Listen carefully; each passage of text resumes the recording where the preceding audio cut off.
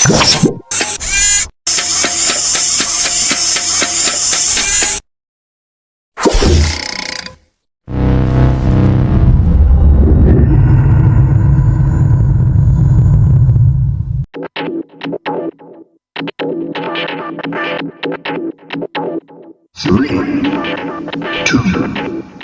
to DPMF Live. Now meet our hosts.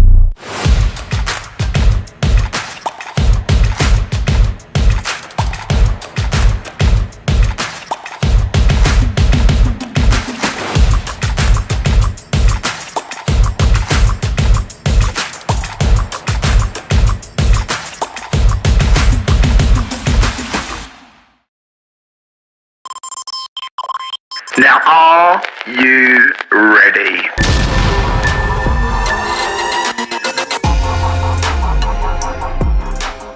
Good evening. It's Sunday night. It's very nearly 8 o'clock. This is DPMF Live, back with another fat one. We are doing a deep dive on the Fuzion roadmap, which will be quite interesting. So stick around, listen, fill up your glass of Mother's Ruin, and listen to Wes dig, blur, basically, cut down, and listen to Dan waffle. Right. I was going to say, it sounds like somebody's into the fat one already. Sunday night. All right, bear with me a second. Keep going, Palace, because I'm going to. I'm just going to pull up some stuff on the jumbotron for you. Hi. Subscribe. Please follow our spaces. Please go to our website where you can see most of the shows. Please share the spaces tonight. And if you'd like to get and join in tonight, please comment. Please put your hand up. Please come out and have a little chat with us. We love the community to get involved. We've got lots to discuss tonight, but I asked the panel a question.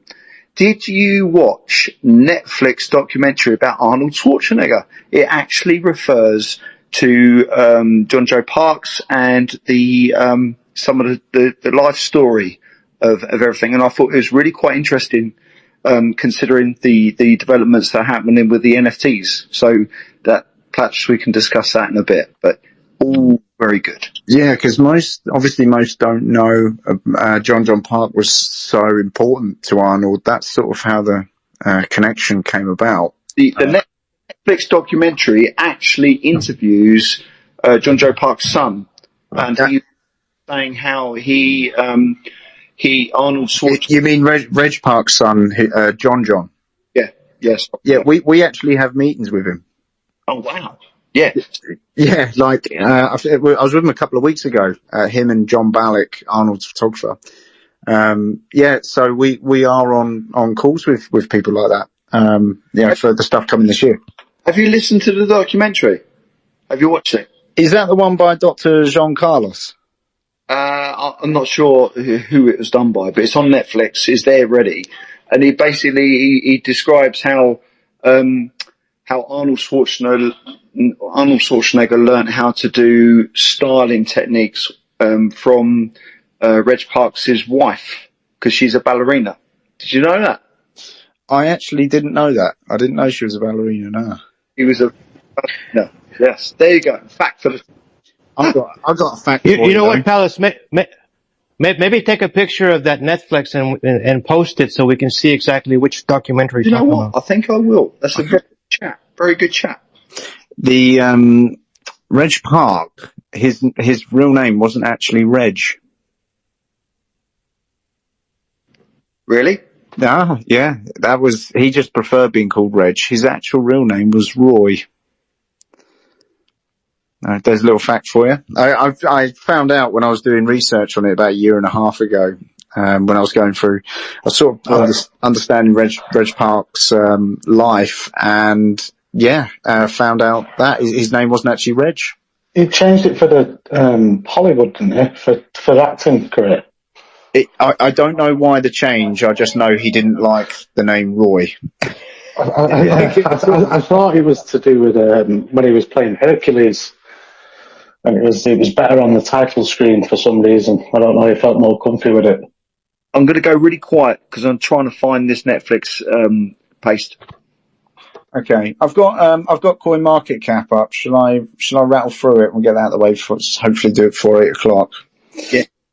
Okay, so here are the prices. Where do we sit? Ranked at number 1, Bitcoin, $97,977, up just under 5% on the 7-day. Ranked at number 2 is Ethereum, $3,632, which is up 8% on the 7-day. There is also, I'm sure some might be aware, a prediction of the XRP flipping Ethereum market cap. That has, there's a few predictions of that actually happening with the XRP ETH pair.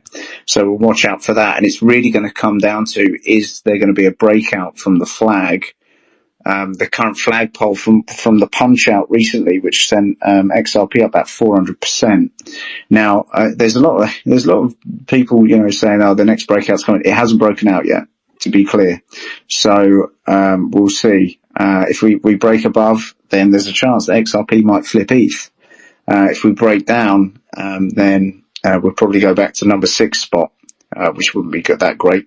Okay, XRP ranked at number 3, sitting at $2.39. It's up just under 12% on the 7-day. It's actually nice to read that out, a little bit higher than the others. USDT is ranked at number 4. Solana is ranked at number 5, sitting at $212, up 10% on the 7-day. Binance BNB is $705, which has been pretty steady actually over the 7 days. Not even 1% moved either way. Dogecoin is sitting at 38 cents, which is up 20% on the 7-day. USDC is ranked at number 8. Cardano has come back in at number 9, sitting at $1.09, and ranked at number 10 is Tron at 26 cents, which is up 1% on the 7-day. Oh, point to note, Cardano's up 26% on the 7-day as well. So generally been quite a green market this week.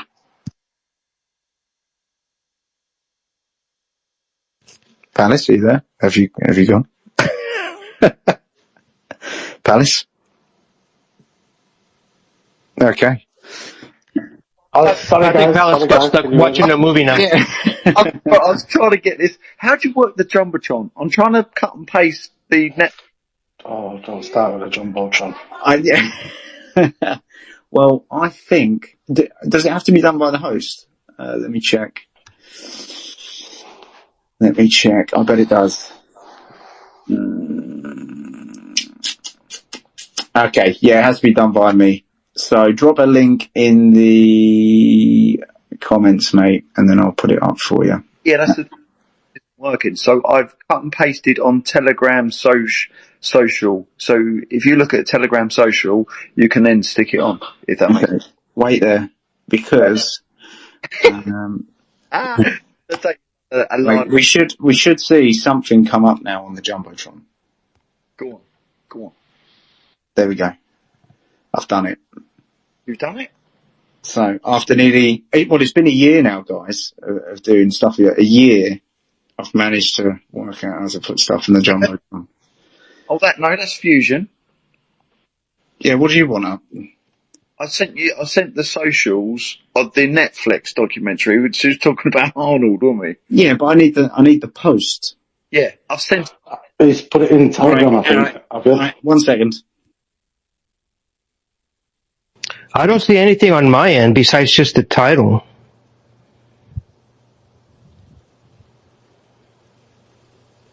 Use both of them again.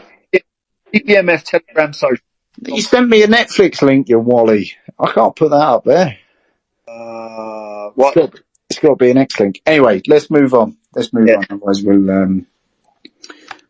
end up stalling. Right, okay. So this evening, normally we do a show where we bring someone on. We're doing one slightly differently tonight. And everyone I think has recovered from last week where we had a bit of a party. Where I pointed out I was actually drunk at the end of the last space. I don't know how you guys felt, but I was in a different planet at the end. I think we talked about alien conspiracies or something at the end of the last one. I don't know where. Yeah, agreed. I was definitely out of sorts. Yeah, but as of this week, we've got more. Huh? I lost my train of thought halfway through. But as of this week, so we're going into a more professional step going forward, moving into 2025 to 2026. So we have a lot of features coming on Fuzion, all of them permissionless features. Permissionless features means they're not centralized by anyone for you to use them, other than obviously governance and some form of payment, but they are permissionless. They are open to everyone to use, and they're probably some of the biggest features you could ever have on any kind of platform. And I'll explain a bit of that as we go. So from 2025 Fuzion, the final upgrades we actually had, we finished with profile validation, which has been quite successful, and that does enhance later, also including using your points that you earn. And we also applied free access to Fuzion, something which I wanted to put on this year, but we sped it up for a project which we was working with at the end of last year. So them two things are in place. So for those that don't know, Fuzion is now free to enter, free to connect, and it will make sense with all the other features that we have coming. The only thing that comes down to a registration fee is profile creation. Everything else is free to do, so you can buy and sell NFTs from other, from anyone on there, without actually having to create a profile, so it's free to enter. And there is a part of the build following from 2024 into 2025. We will still be adjusting over time any kind of interoperability additions for all currency trade. And that's in on the roadmap. You'll see in the bottom left on the yellow, and the reason that's actually in there is because there is still other platforms appearing discreetly that create NFTs, some of them in a dynamic way, which we would adjust to and add to be viewed on our platform. So that's a rolling kind of development as time goes on, done by one of the developers on XD1. All right, so now for the good stuff. I put out a post today explaining that there was a pretty interesting development coming up in relation to Expector. You'll see the roadmap at the top if anyone's got eyes on it. For Q1, we've got all currency minting, which I'll come on to a bit, and then we've got underneath, we've got file configuration, and in brackets, we've got metaverse. Now, them two, they'll be switched around. So when the roadmap was produced before, that was the original order, but actually the launch is file config first before all currency minting.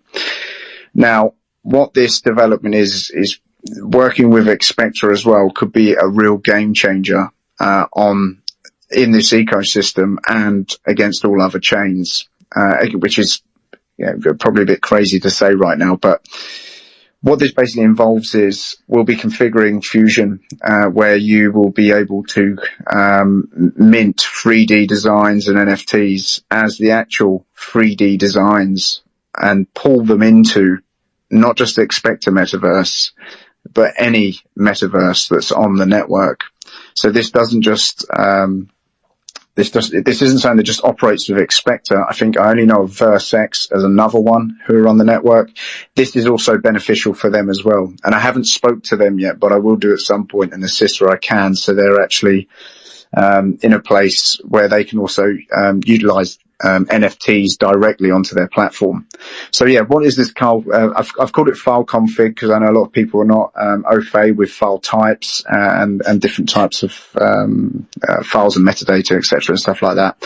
But yeah, to put simply, you will be able to, if you're a 3D digital designer, you're going to really like this. If you're a developer of any kind, you're definitely going to like this. And if you're an NFT trader, you're probably definitely going to like this as well. So yeah, this changes the game with NFTs, expanding them more beyond just something that you look at, but being able to use in any kind of 3D environment. It's not just their metaverse. If someone built a video game and they have the XRPL integrated and you've built a 3D avatar, you can pull that into this video game, if connected to the XRPL, because it pulls the file directly from the NFT. There is elements of this on other chains. We're not the first to do it. However, we might be the first to, how could I say? We could be one of the first to expand it in a whole new way. So this is really, really beneficial for Expector. I see a couple of things on social media about there being a low user base on their current beta platform. There wasn't really much to do. This completely changes the game for them. This completely changes the game with NFTs overall, but this does change the game in how people use their metaverse, because people will be able to create whatever they want, pull it in there, use it, interact with it, and then they'll be able to then sell it to someone else.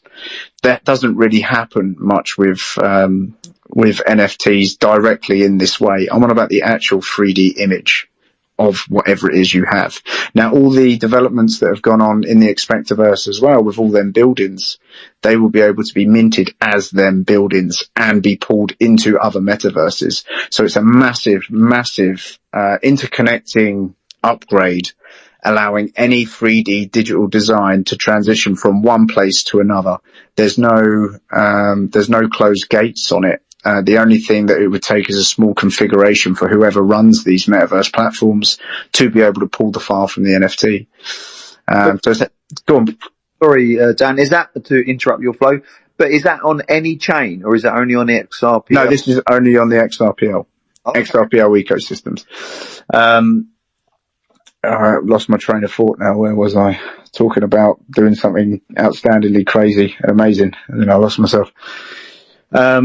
This is highly beneficial for a lot of reasons. I want to be very clear on this so everyone understands how this works.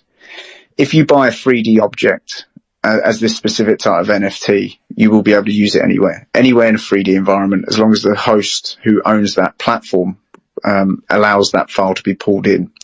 But there's a sustainability and security with this as well. So it means even if metaverse platforms go down, your NFT will still survive.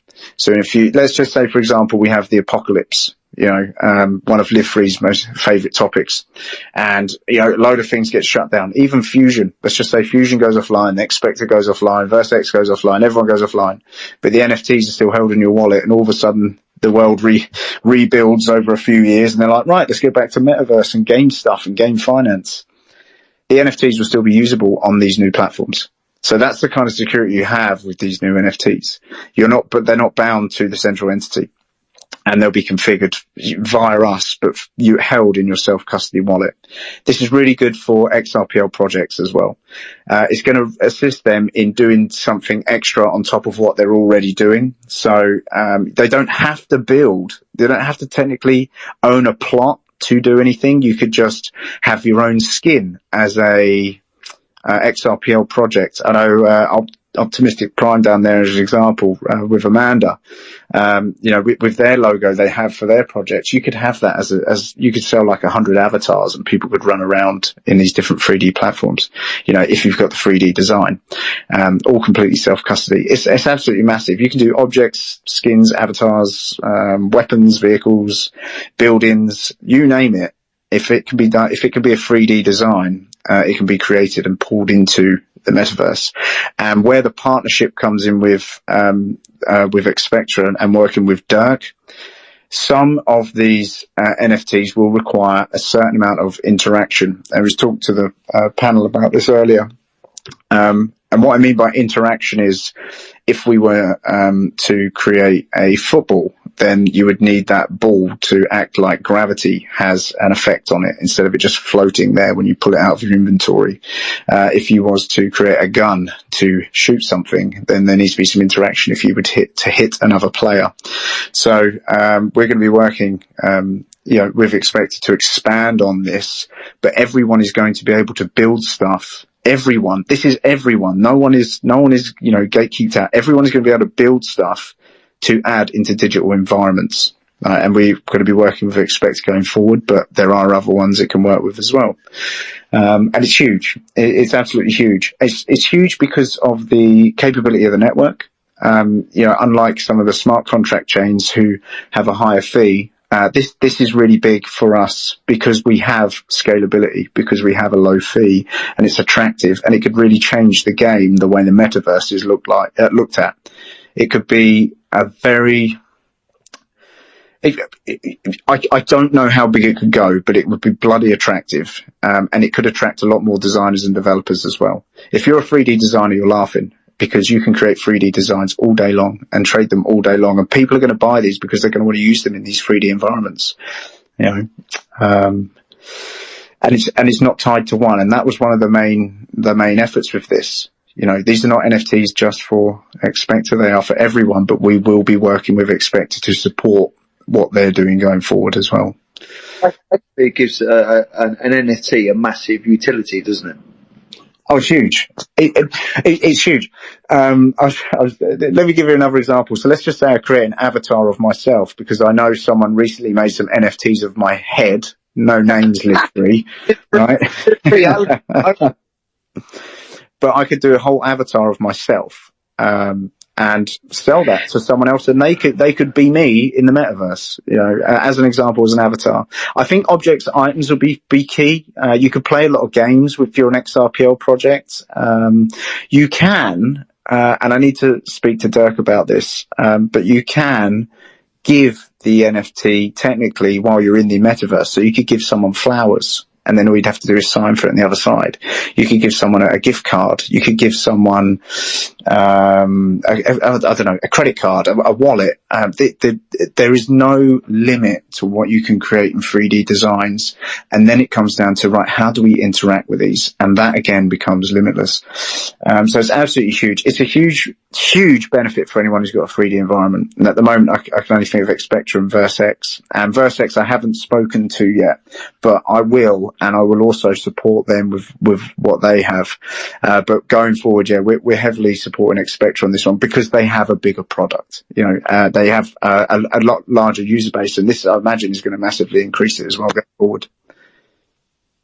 Guys, just a little heads up. Those special Daniel NFTs are for sale for 3 XRP. Get them while they're hot. So this configuration that we have coming, it actually, and to be fair, because I'm not sure if he's listening, it's only fair to say, where it started from was actually from a community member who's in our community and another project, which will come out later. I was speaking to him this morning, actually. He had an idea for an avatar that he wanted to use in another 3D environment and reached out to me and said, Dan, can you help me? I've got this and I've got this. I want to make it into an NFT and I want to use it here. And I looked at it, I was like, yeah, we can do that. Actually, I need to speak to a few people, but yeah, what you want to achieve can be done. It's just some developments that need to be done along the way, you know, with us and, with Expector. So I said, look, this can be done. And then I realized that his idea was an absolute catalyst to expand what the XRP Ledger can be in relation to crypto and NFTs. We've already got all currency trades and we're about to activate in Q1 all currency minting, allowing anyone, because we don't have that. I think with Fuzion is the only platform, I imagine, where we make everyone self-issue. So that will change after this. So if you make 1,000 NFTs, you haven't got to self-issue them all and then sell them. Instead, straight away with one click of a button, you can offer them to mint in any currency you desire. And that fits in quite nicely with the developments of, the file config we have for the metaverse and then all currency minting. So yeah, it's a really big step for crypto because there's going to be a lot of XRPL projects that can now sell 3D content and use in their own sort of 3D ecosystem as well. So it's an enhancement of the digital infrastructure, if you like, in the crypto side, not the traditional sector, but the digital sector. It's a real big enhancement. It's massive. And you only notice how massive it is when it starts all rolling out. There'll be a lot of 3D designers who will be coming over to the XRPL when this comes on, because there's a lot of digital 3D content out there, which is very hard to value. You imagine being a 3D artist as well. You know, they create art, they create digital, objects for fun. Now they'll be able to not just sell them, but they'll be able to use them somewhere and everyone will be able to use them. Everyone qualifies to build something to add. Everyone. All you need is a 3D object. And that's it. So yeah, incredibly exciting for Q1 with what we have in developments. Do you have any questions, guys? I've just sort of, I don't get excited that often. And the reason I'm excited about this is, yeah, okay, so it's going to be beneficial for us. It'll be beneficial for, Expector, you know, financially as well. But it's really good for blockchain, guys. This is really good for blockchain technology because everyone it can be involved. You know, you do not need to, because we're the ones doing the config for it. There's no permission. to use it. If you've got a 3D object, you can use it on there. So we're much closer to Ready Player One now than before. Do you know what? Yeah. In essence, yeah. To add to that as well with the 3D objects, we will be adding the capability on Fusion. So you'll be able to view the 3D object where you can rotate it, zoom in, zoom out, look at the detail. Obviously, everyone's going to want to have a good look at what they're paying for and what they're going to have when they go in these 3D environments. And we're going to add the augmented reality capability, so you can look at it at AR on your desk, on your table. So if you have let's just say a toy car as a 3D object, you would be able to go onto Fusion, apply it into view in AR, and then pull it up on your desk and look at it that way and show people around you and say, look, you may not even own the NFT, but you can just say, yeah, look, I own this digital 3D object that no one sees has any value is actually a key for me to go into, I don't know, whatever. So yeah, we're really expanding use case with NFTs, like huge. It's huge. Like I could talk about it all day, but I'll mainly just hype the hell out of it because it's massive. And I don't hype anything, but this is really good for the network. Maybe we keep any questions about the NFT metaverse to the end of the show, and we move on to your trust line and validation. Well, no, we don't, because I switched the two round on Q1. It's actually all currency minting. All currency minting. I already said it, Palace. I can't believe you weren't even listening. So all currency minting is very important. For a lot of reasons, and it's actually in high demand these days, and it just comes down to coding ability. So these days, a lot would have to ask a platform, look, can I create a collection and mint it in your currency, and then they'd have to code it. So we're doing it where you can literally create the collection and mint in whichever currency you want. Really good for XRPL projects. I've had probably about 30 meme coins approach me to say, look, Dan, could you just get this on? And there was a reason it wasn't on. It mainly comes down to, you could argue validation, a few things we have in the future. But also we was focusing on solo artists, earlier in the day, or earlier when we started this. Now we're going into sort of the bigger part of it, but all currency minting will be there and it'll be permissionless. Even if you run a project, you could create a collection and choose to mint it in another currency. So you have cross-pollination, and integration. So, yeah, that's that. It's very simple feature. It will be on the create NFT page to finalize which currency and how much you want it to be. And then that actually ties in with something a bit later, another enhanced feature later, but I'll cover that as we go. So yeah, all currency minting and file config, then 2 parts, being released in Q1 of 2025 on Fusion. Okay. Do you want me to go on the trust set now, Palace, or you got a question about? I don't want to destroy your flow because I think you'll go off on a tangent. So keep to your flow. Okay. So another feature we'll be looking to launch probably at the back end of Q1, maybe at the start of Q2, because it's quite large. On our roadmap, it's down as trust set validation, asset logo integration. Now, I know some here who've listened before would know that I've spoken about many times, it's very difficult when you have an exchange to contact them when you want to add a logo, change a logo, add details. It can be time consuming and sometimes it can be quite costly. Some platforms have it as a business model where they would charge hundreds and sometimes thousands just to list a logo and information. So we're going to do something a bit more supportive and slightly differently, and it's also beneficial to everyone in this room and beyond, anyone with a Zarman wallet, because you can earn off this feature. So currently we have the validation feature on Fusion. I know some people here have used before where you actually earn through users validating you to earn blue and gold check marks. It's a completely decentralized validation system. Well, this is going to be a decentralized trust set validation system.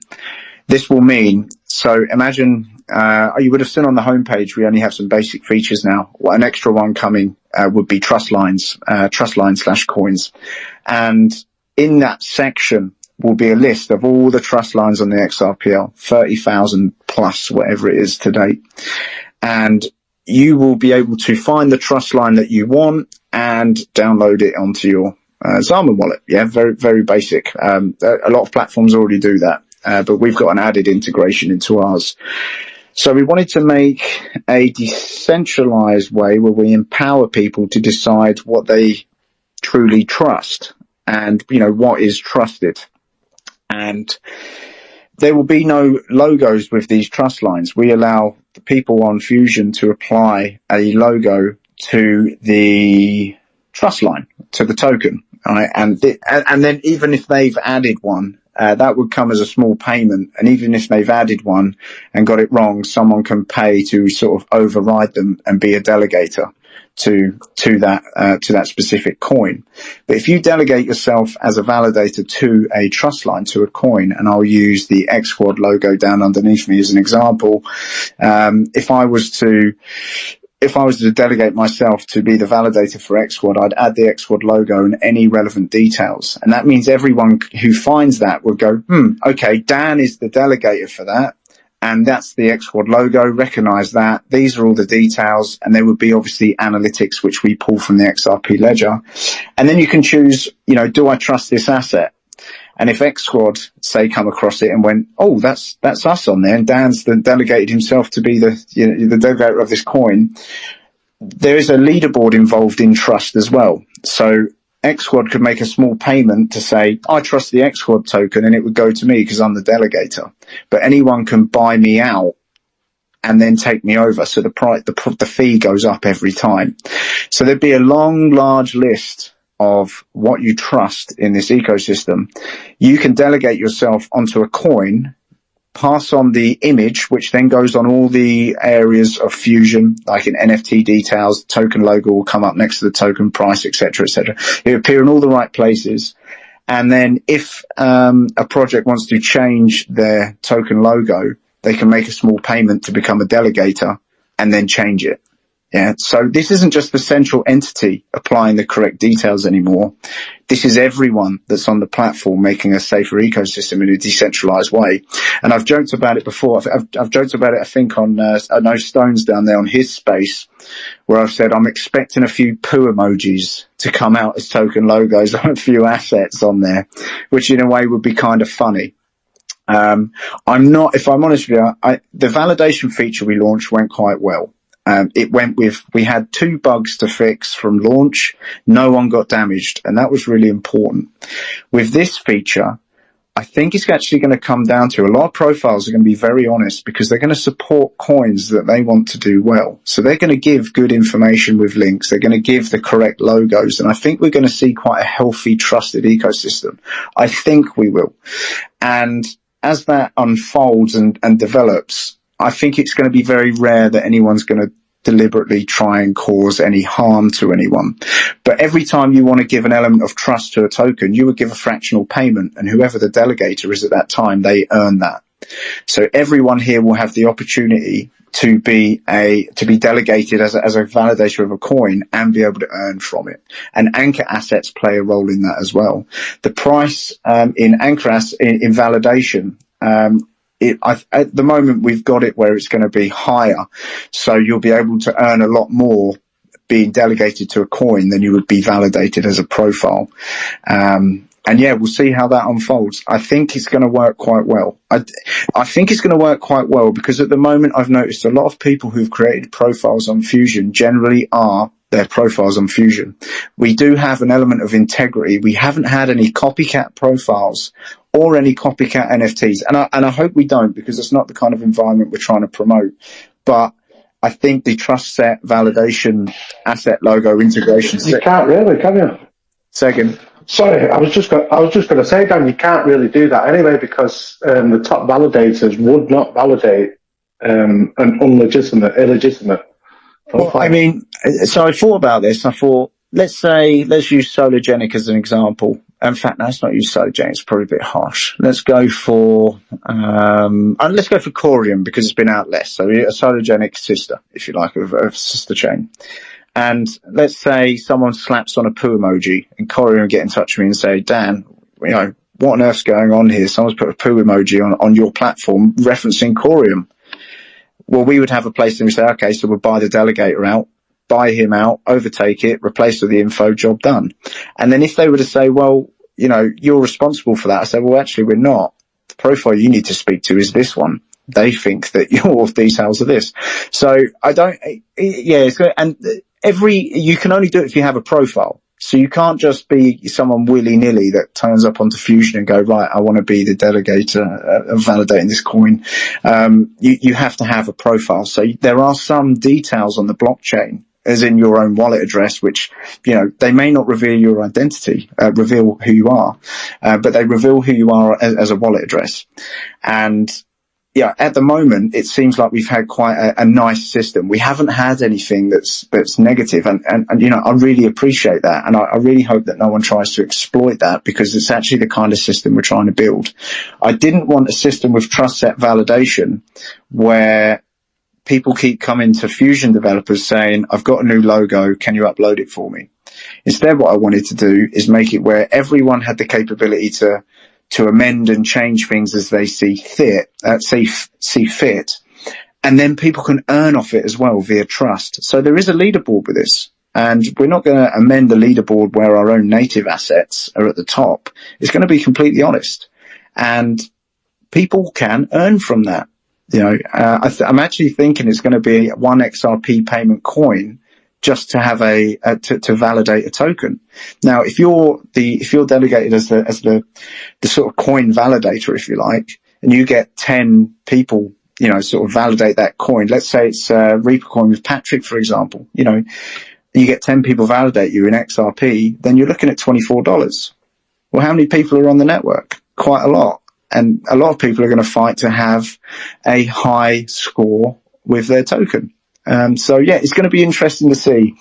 And I think people earning from it makes it better, because if you are the person who was custodying the image and the details and you've put bad details in, no one's going to validate that. Instead, they'll just buy you out, take over, and then they'll put the correct details in and everyone will validate them, and then they'll make money out of it. Does that sort of make sense? Yeah, the most annoying thing for me is when I've got my Zaman wallet and I can't look up the coins that I want to put trust lines on for. So that aspect is actually quite good. And really, all in a nutshell, and I'm going to talk layman terms, basically you're setting up a validation process for coins and projects like you have done for individual users on Fusion. Yeah, exactly. Yeah, so think of it as exactly the same concept. It is the same concept, yeah. So the validation feature already on Fusion, relate that to projects. It's exactly the same project, exactly the same concept. There is an addition to this, and I spoke to the panel about this earlier, I'll share here. We have a second project called XD2, which is, it comes into a new kind of self-banking we've been doing in the background. We're going to have a self-custody wallet launch, and the details from this trust line set, we will have an API, and we're going to have it as an open API for people to connect to, where people can pull the data such as token logos as well, which we would do for our own wallet. So if they run a platform, they can just pull the information from us and then have the logos relate. So it's that way. So it's a very decentralized way of adding token logos and information and keeping it current. So what do I mean by keeping it current as well? You think about all the meme coins that we have going on at the moment with community takeovers. So you got different community members always moving on, you know, from one meme coin to another, etc. Or they're always changing hands and leadership. Someone on Fusion may see that and go, we need to change that logo. And he might not even run the meme coin, but he can do that, you know, because he supports that. I think that's fair. And then what happens in the transition as well, supporting that, the person who gives the correct information earns from that. So it's a really good way of earning, through honesty, through integrity, actually. A really, really good way. And as more coins come on, that will be the bigger that feature will grow. But the payment will be bigger than what the validation feature is. And what that means as well is it will override what people pay for the registration fee for profiles. Because I think when most people make a profile, they're like, well, yeah, I've paid for a profile here. You know, it'd be nice to make something back, or try and, you know, accelerate that. And this feature is one of the future features that will do that. I think it'll be good. But yeah, there'll be an API attached which will link to our own self-custody wallet in the future, and we're going to have that open for others to do as well. I don't know. This has never been done before. As a point to note, what we're talking about right now doesn't exist on blockchain. It's the first of its kind. Same as the validation feature and profiles. This doesn't exist. It's the first of its kind. And if you pull this off, I think it's going to be attractive. I think a lot of people are going to want to use it. There's going to be some competition on the trust lines, on what people trust, because people will then come to Fuzion and say, what do people actually trust then? You know, where are people actually willing to promote this? There are areas where there was opportunity for exploitation. I think we've covered most of them from the design of last year, because this is about this is 9 months old by design. Everything can be exploited, because we also have to assess future protocols of the XRP Ledger as well, not just current ones. So we do actually look at that as well, and the potential, could this be exploited? And at the moment, it can't be exploited because it is peer-to-peer. The exchange as well, we won't be taking a fee on that feature. You, as a validator of a coin, will receive 100% of the payment. Yeah. Sweet. So, and that is the most annoying thing, is when you're searching for trust lines, to have it in one place where you can just quickly find out the trust line, validate it or not, or whatever. Yeah, and a lot of people, you'll find this happened with RLUSD. They were like, which is the actual trust line? Trust line, yeah. Because I think there was 11 of them before it went live. I think there's like 20 now, and everyone's like, which is the right one? So you want to be able to go into that search box, type RLUSD, and then see the order of trust. And the top one's always going to be the right one, because everyone's going to be, validating that coin because that is the one. And then the others become obsolete. And that's what people need to see. They say, okay, so now I know that is the right one. That's the only one with a logo. And not only that, you've got a profile that's attached to it. So for example, if it was my profile and I was the person that delegated the RLUSD, say, yeah, this is the right one. People go, that's 100% the right one. So it's not just the coin. You've got a profile attached to it. So people's profiles will be attached at the time of being the validator of that coin, if you like. Goes back to that question again, doesn't it, of why have a validation process? Well, there's a validation process to try and protect the community a little bit. It's a little bit like self-healing, self-protection. Yeah, it's a little bit sad to say, because if we was in a perfect world, this feature wouldn't need to exist. And it's not to... It would be nice if we didn't have to build stuff like this. It would be nice, and it's unfortunate that blockchains, not just the XRPL, it's all networks, unfortunately, they do get exploited by malicious activity. And this we can assist in preventing that and enrich everyone on there who is interested in using it properly. So that's really good for the ecosystem. It's using cryptocurrency again in a different way. And I think I touched on it earlier. The anchor assets are also included on this. So at the moment, it's looking like a times 10 of what your anchor assets are. So at the moment, on validation, you'll all know it's 0.1 XRP. Then it would be one whole XRP. It's 100 XDX. It would then be 1,000 XDX. If you've got, and I'll use I could use Expector as an example. If they've got it as validation as 100 Expector coins to be validated on the trust set feature, it would be 1,000. So anchor assets do play a role. So all XRPL assets are also included in this feature as well. Awesome. So should we move on to Q2 and Collection Launchpad? Yes. So, Collection Launchpad, there's not overly too much to say on it. I think everyone pretty much understands what that is. At the moment, on the homepage on Fuzion, we have a very simple algorithm for what's on display on there. The Collection Launchpad pad ties in a little bit with all currency minting as well. So it'd be a feature at the end of creating large collections. You would be able to set a date at which you want it displayed, and it would be on the homepage. We really want that to be permissionless, where it's available to everyone, if they want to use it. where it's not just tied to in a centralized way. We pick and choose what's on there. It provides opportunity for everyone. So yeah, collection launchpad. It's very, very simple feature. Just display your collections on the homepage, and so you would essentially select a launch date available through a calendar. Yeah, I don't think there's much more to touch on that. I think everyone has come across different types of launch pads before. So YEM Part 1, what's that all about? You know what that's about, Palace. Well, no, I know.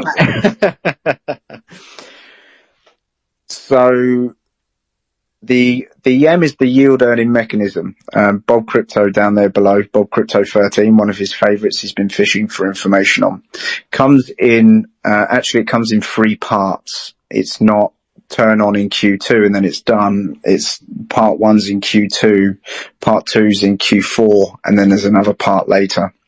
So the part in Q2, what you see, we've never had a we've never had a rewards mechanism that was by us. So a few years ago, I know some would know that we was sort of bouncing in and out between different rewards mechanisms, working with other people on the XRP Ledger, mainly to support them.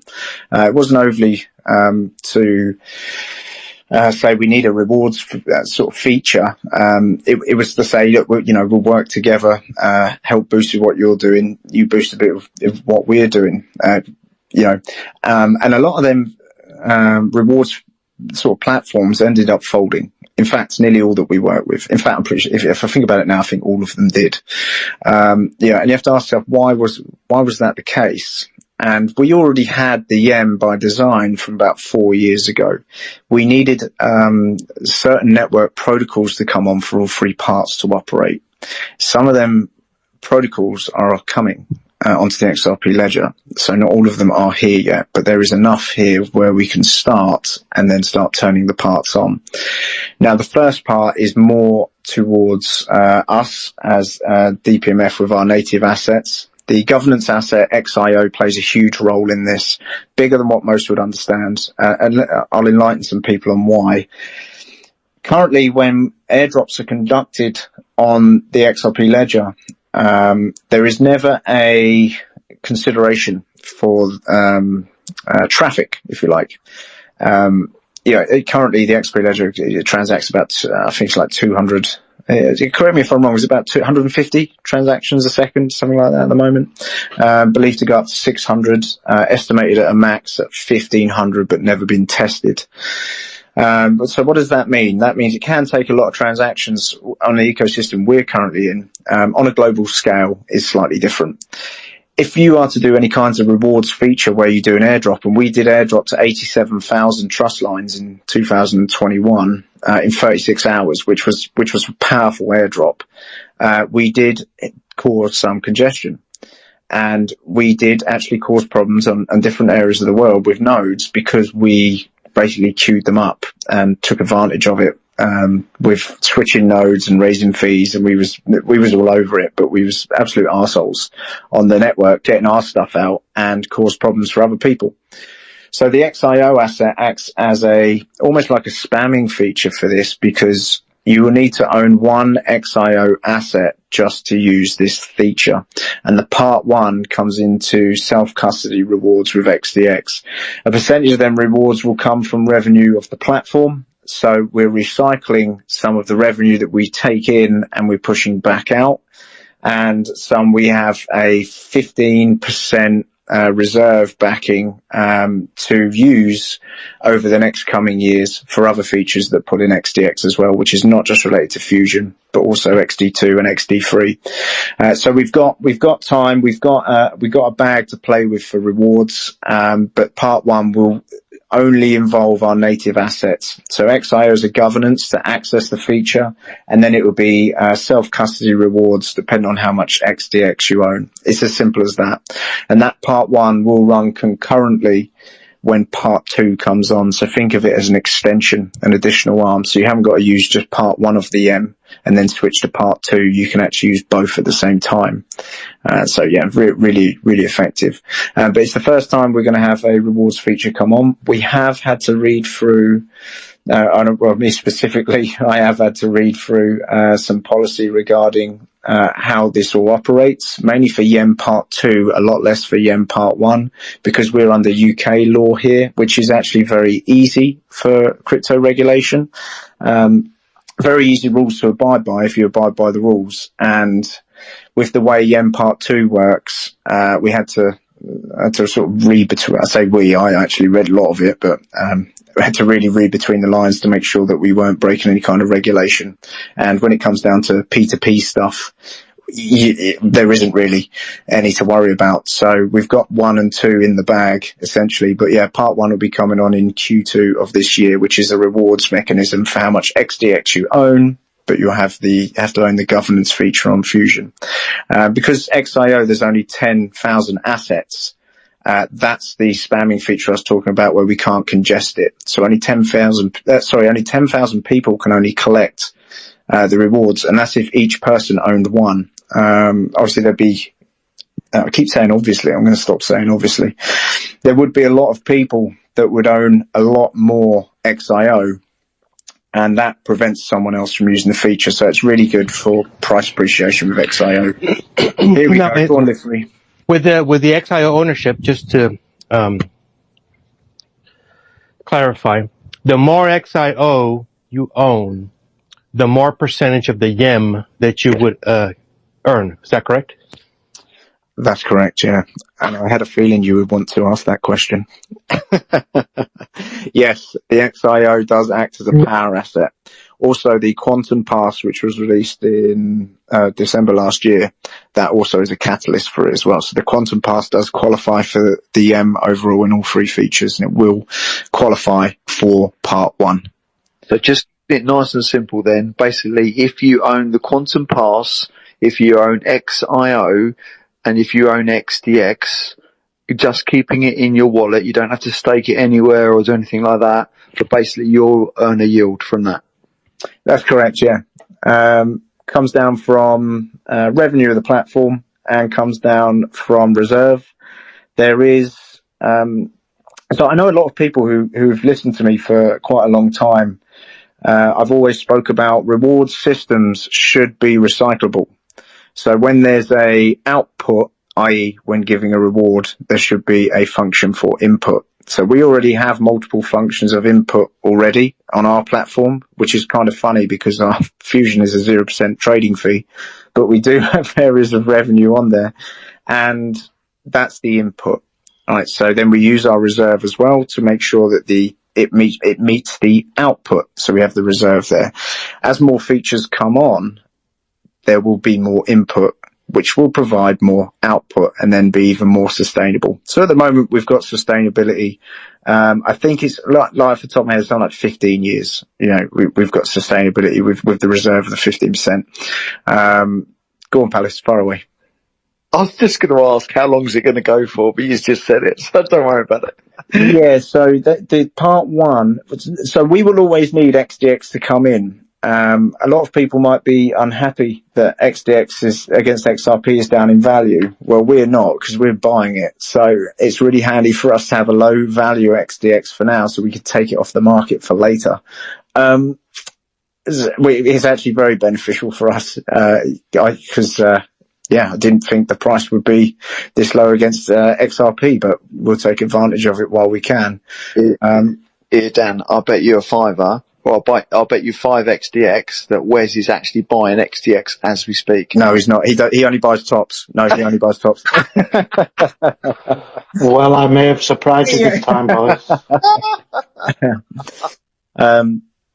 Oh god, I've lost my train of thought. Where was we talking about XDX value? So the end state is that it's about 15 years as a minimum we have, which is handy. I don't actually like. I would have liked a larger time limit, but we did airdrop a hell of a lot of XDX back in 2021. So a lot of it that has gone out was given to a lot of people for free. It's about 3 years ago, wasn't it? 3 years ago last month. I think it was. Yeah, it was. Yeah. 7,000 trust lines. You know. And that's. I mean, you're counting those roughly 15 years from what you have in balance right now. Yes, that's I correct. mean, every day that goes on, more XDX is taken in, so that number keeps on increasing. That's correct. Yeah. So we're deliberately taking it off the market and storing it to the side while we've got the opportunity. It's like compounding it in a way. Yeah, I know. Bob Crypto down there, fantastic guy. Really promotes a lot we do, a lot of what we do, and we he does it off his own back, just so everyone's aware. Really, really good guy. He actually messaged me recently saying, do I need to? Are you okay me telling people that you're buying it off the market? And I said, well, actually, I kind of want to keep it a secret because I don't want people buying it because we're trying to buy it back, for later.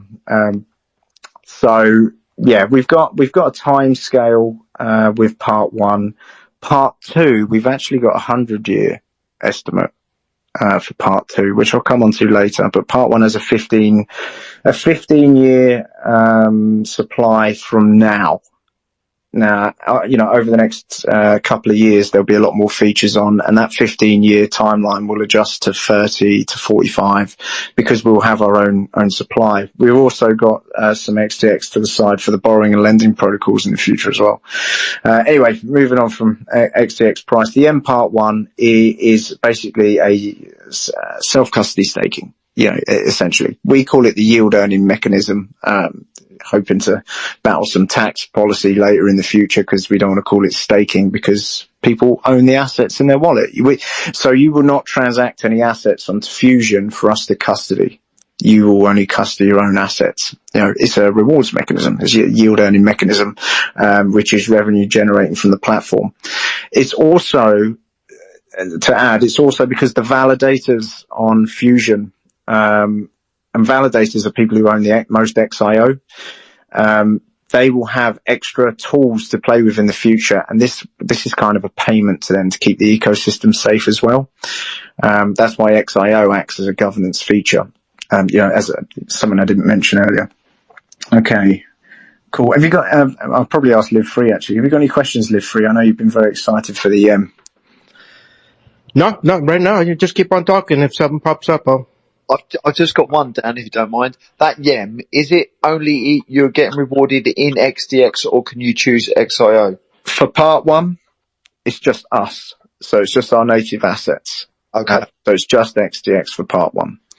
Part two is everything, and I'll cover that nearer the end and might even touch a little bit on how it operates. But it's, the YEM, the big part of the yield earning mechanism is not part one.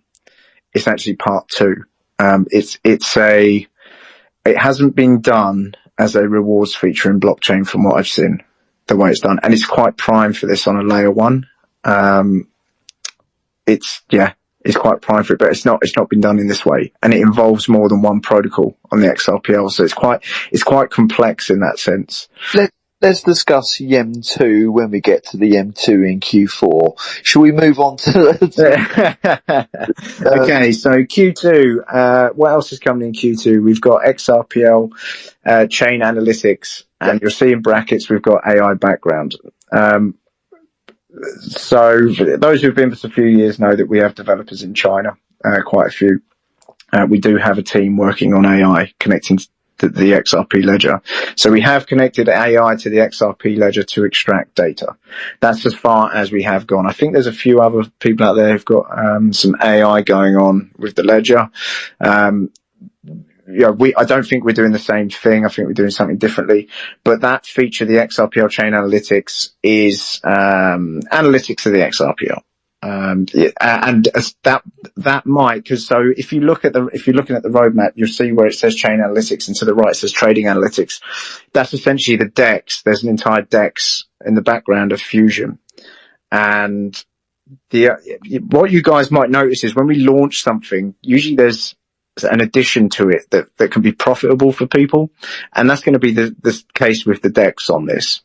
So you'll be able to pick your currency pairs and do analytics, and you'll be able to comment and write about it and be able to earn in that way in a social fi aspect. Do you think that could help with Expectaverse as well in terms of that collaboration? Because Imagine releasing an NFT that's listed on that quantifier that you just mentioned there. Imagine being able to see that in terms of that as well. That'd be great. Do you mean as in NFT trade analytics? Yeah, sorry, yeah, NFT trade analytics. I don't doubt that the new configuration we have is probably going to be more in demand than current NFTs. And, you know, and I'm not against artwork as NFTs, not against JPEGs and PNGs. I think they're brilliant. I'm a big fan of MP4 because some people do some great video footage. But this new way we're bringing in NFTs is a game changer. And it may actually support, because of the file type, with working with Expector and then taking them NFTs on. Yeah, it could actually be an accelerant as well. Yeah. It's a bit hard I think that's the word. Accelerant, that's the right word, yeah. It's going to be, I see a snowballing effect coming, when it starts. I think there'll be what is this? How does this work? So I have this 3D file. I can do this, and then we're like, okay, so I can use this over here and do this and this. And then when people start talking about it, they're like, right, I need to start a project right now, and I need some 3D objects, and I need to go into the metaverse, and I need to start trading my asset. I think it'll just go absolutely mental. So yeah, I think it will snowball, the interest on it. Definitely. I think it will. So I'd say by Q3-4, there would be a lot of interaction with the stuff, we're doing with Expector. With their metaverse, I think they'll have a much larger user base because of this, what we were talking about earlier. Where was we? Vector Pass. Say again, sorry. I think you're on Q3 Vector Pass now. I think you've done it. Yeah, so to put it simply, XRPL chain analytics is going to be analytics. The two boxes, they basically go side and side. It's basically a DEX. Think of it as a DEX analytics, and ones that are interactive on a social file aspect. Q3, so there's going to be a Vector Pass integration. I know Amanda down there from Optimistic Prime, she did contact me recently saying, how can I get my NFTs to display on Fuzion? And I explained to her, look, we actually have a very basic algorithm. We don't actually control what's on there, and that was deliberate. So the basic algorithm was sort of we have to show something because there's stuff like this coming. And the Vector Pass is a role in that. So the Quantum Pass came out in December last year, mainly for the YEM. The Vector Pass will operate as a NFT pass where you can choose what you want to display on the homepage on Fuzion. This is actually really good for trading analytics, actually, for a single NFT, because the NFT will be the form of payment. The Vector Pass is at the moment, we haven't settled down whether it's going to be 10, 20 or 100. We've only, there's only so many spaces on the homepage, and we need to make sure that when someone applies a Vector Pass to display an NFT on the homepage, that they don't get kicked off, within like an hour, and like, I've just wasted my Vector Pass. The Vector Pass initially was integrated with the Quantum Pass, and I know Live3 will know about this because we spoke about it, and a lot of the pass's functionalities were molded into one Quantum Pass. The reason that this has changed, and it changed quite quick last month, month before last month, the reason it changed quite quick is because we learned that we have to change the flags for some of these permanent NFTs, and the Vector Pass is one of them. We couldn't have the Quantum Pass do the same thing as the Vector Pass. So that's why there's different passes, and it comes down to different flags. The Vector Pass will have they'll have the burnable flag on, and that's really just in case someone has a Vector Pass for like a year, doesn't do anything with it. Maybe got airdropped it, forgot about it, and it's like, well, we need to burn that because, we've only got a set amount. So yeah, the Vector Pass is simply, that function will be, if you own a Vector Pass, you will be able to display any NFT, of your choosing on the homepage. One pass, one NFT. Yeah. Does that make sense? Yeah. Yep. Yeah. And what I was meaning by it being beneficial for trading is when you use the Vector Pass, you're basically sending it back to us, and then we're sort of putting it back on market as an affordable price, or we'll auction it. So it's going to be going back and forth. So it's going to be like purchased, then sent back to us because it uses a function on Fuzion. Then we're selling it again. So on the ledger, the vector passes will have like a string of transactions, like weekly, monthly, whatever it be, as a collection. They'll always be trading.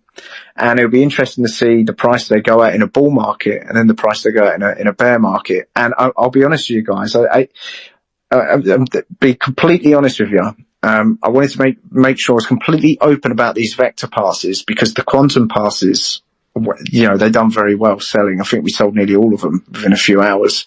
But the vector passes are not the same. And I don't want people to make the mistake of treating them the same and paying like, $2,000 for one, because you got to remember you're just displaying an NFT on your, on the homepage, so I'm going to make sure it's very clear before we put them out. Probably going to auction them, and I'll literally say, there's no need to pay more than $5 for this. Don't go mental, guys.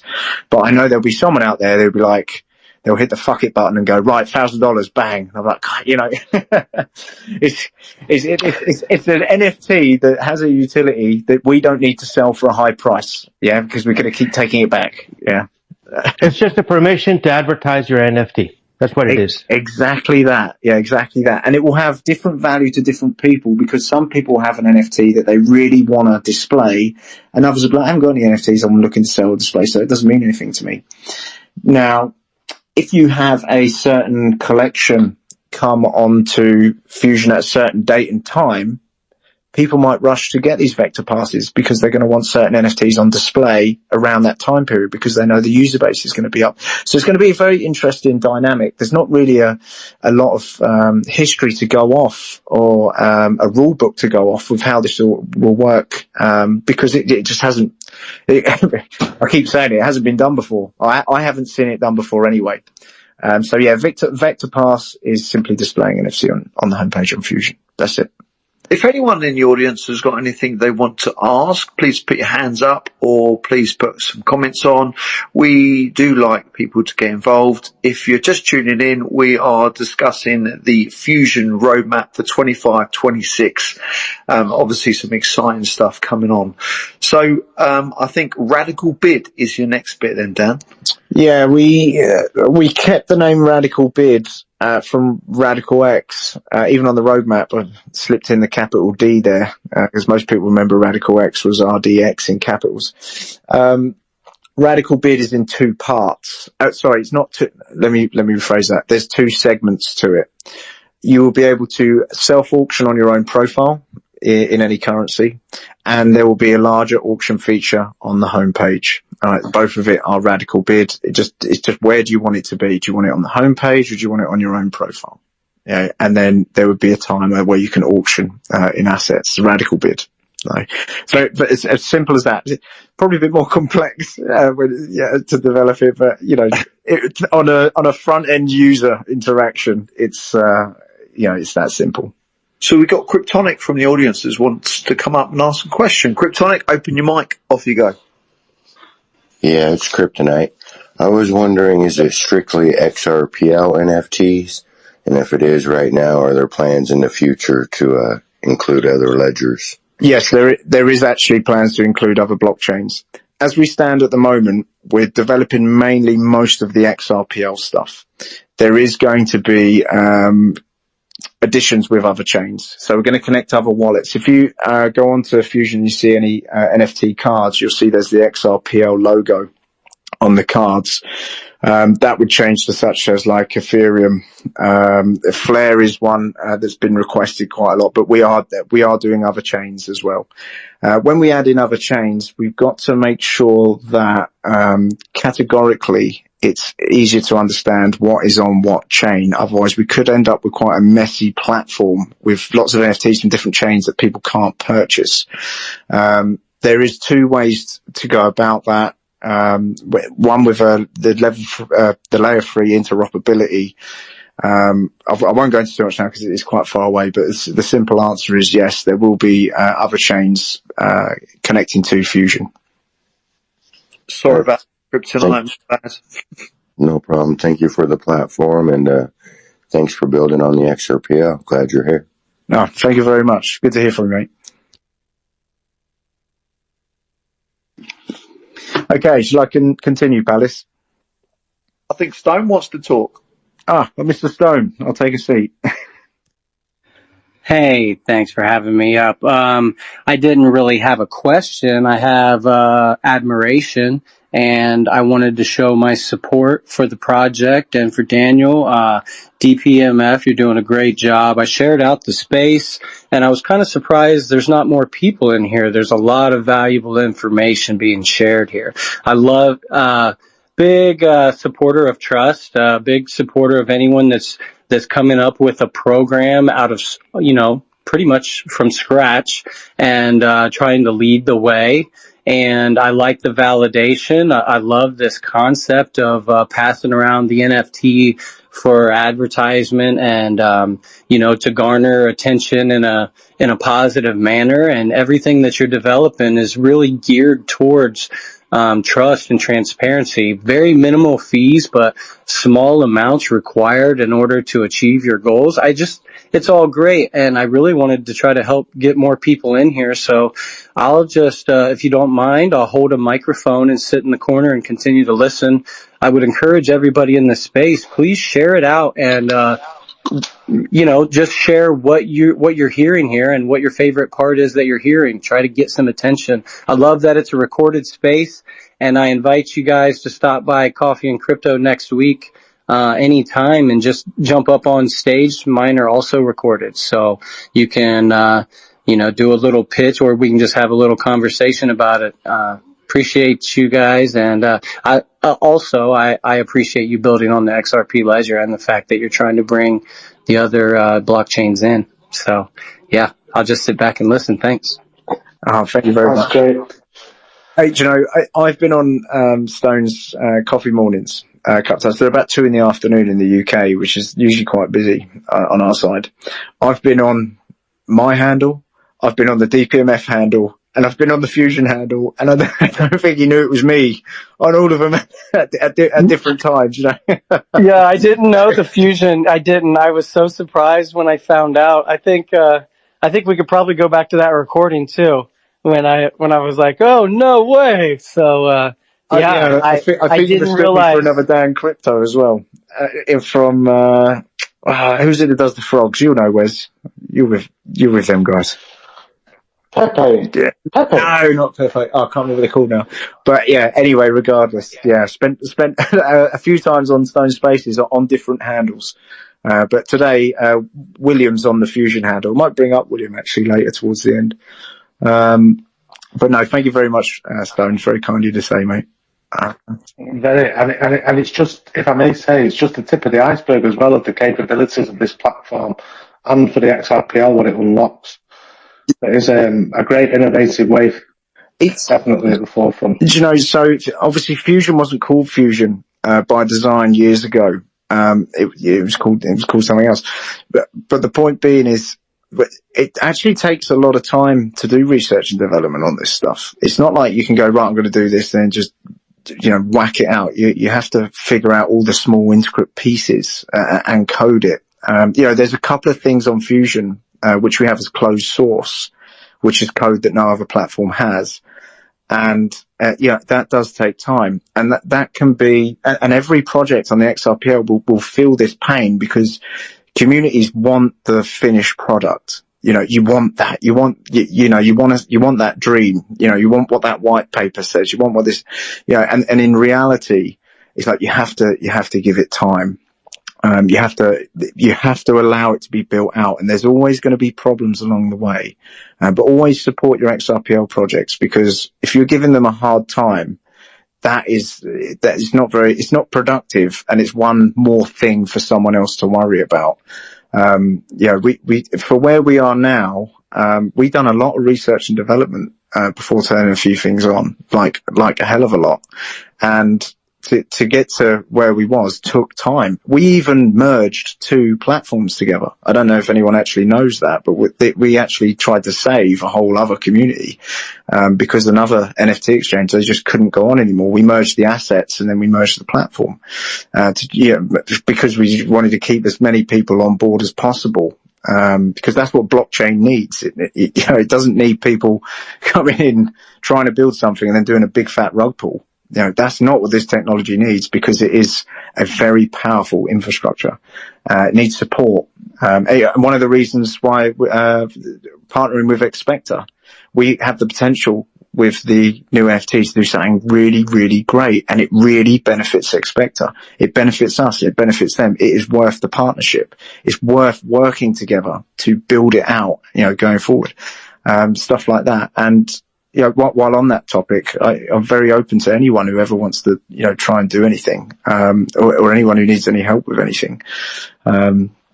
Because it does take time, guys. It does. And you need to understand that, especially when it comes to complex stuff. It does take time. All right. Go on. Sorry, Palace, go on. I was going to say they were lovely comments from Stone. That's really nice, though. It makes you feel like you're doing the right things and you're making the right decisions and you're growing nicely. Shall we move on to integrate DeFi and marketing social fi? Tell me about that. Yeah. So you would have seen on some Fusion social posts, we use the terminology monetizing your profile or monetizing your self-custody wallet. Just as a reminder, there is no assets custodied on Fusion. So all the assets and NFTs that appear on there are from users that have connected. And with the integration of the marketing one with SocialFi, wanted to provide another opportunity for profile. It's another opportunity for profiles to generate revenue. And there will be times where you may have a collection of NFTs, and I've seen some really good artwork NFTs on the XRPL that don't get a lot of attention, like some really fantastic 3D ones, and I'm like, no one's really talking about this artist. What this does is, if there is a profile, and we can use Expector as an example. Let's say Expector are launching a whole new collection of, let's just say, for example, spaceships or whatever it may be. It doesn't matter what it is, but they have a collection coming. And what you could do, if you have a collection you want to get attention, you will then be able to apply your NFT collection on their profile as a paid promotion. And this is where the anchor assets come in as well. So accepting the anchor assets as payment, the profile can earn by doing paid promotions of other people's collections, over a time period. And then the profile, I was talking to Amanda about this actually. So this is what will happen. If the profile doesn't want that collection on there, they can close it off. And then that would, likely mean, okay, well, I'm not doing business with that profile again if they're just going to delete my content after I've paid them to display it. So that's where that comes in. Go on, Kryptonite. I see you got a question, bud. I was wondering, do you have a projected release date? Yeah, Q3 of 2025, maybe early Q4. And are you doing kind of any kind of seed funding? No, it's not actually required. Thank you. You're welcome, bud. No, we don't. Just to be clear, so we don't need any investment for development. And as a company at DPMF, we actually didn't do an IPO, no? Say again, sorry. I'm sorry, my earphones was cutting out. I'm sorry. Yeah, so we don't require any kind of seed funding for development. And fortunately, DPMF, we don't have any company debt. So we're in quite a good place. That comes down to, you could say different areas of revenue, with some other things that we do. We do development in different areas. We have done development for clients and stuff like that. We do design work now, for some big topics. One, which is the, Reg Park and, Arnold Schwarzenegger, NFTs directly with them in their team we're working with. That is a form of revenue. Development in blockchain is incredibly expensive. Probably the most expensive development you can do, especially when you're trying to do complex stuff. If you want a good developer, you're probably looking at about 10, 12 grand a month, for a good one.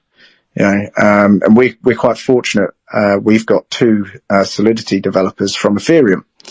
So when the EVM connection comes in, We have developers who have already done a lot on Ethereum, and we're on the XRPL, so we'll be able to accelerate that. But, we don't require any, seed funding or any kind of investment at this time.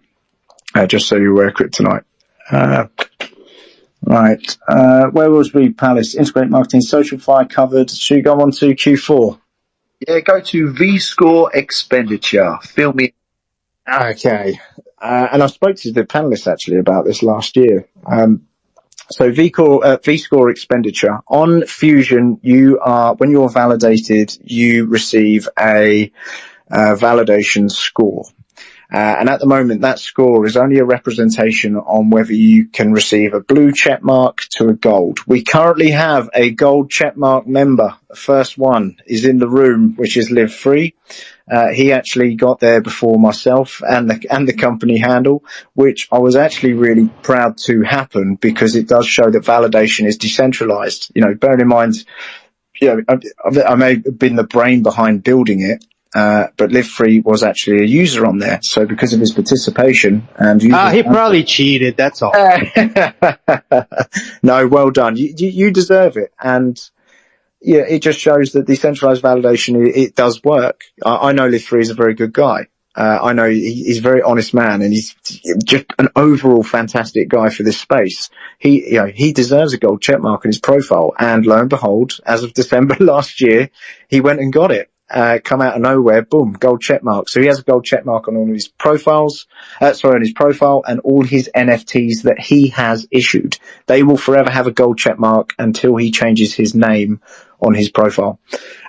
So he's going to have these extra points now because he's earned 10,000 to get the gold check mark. You only need 100 points to earn the blue.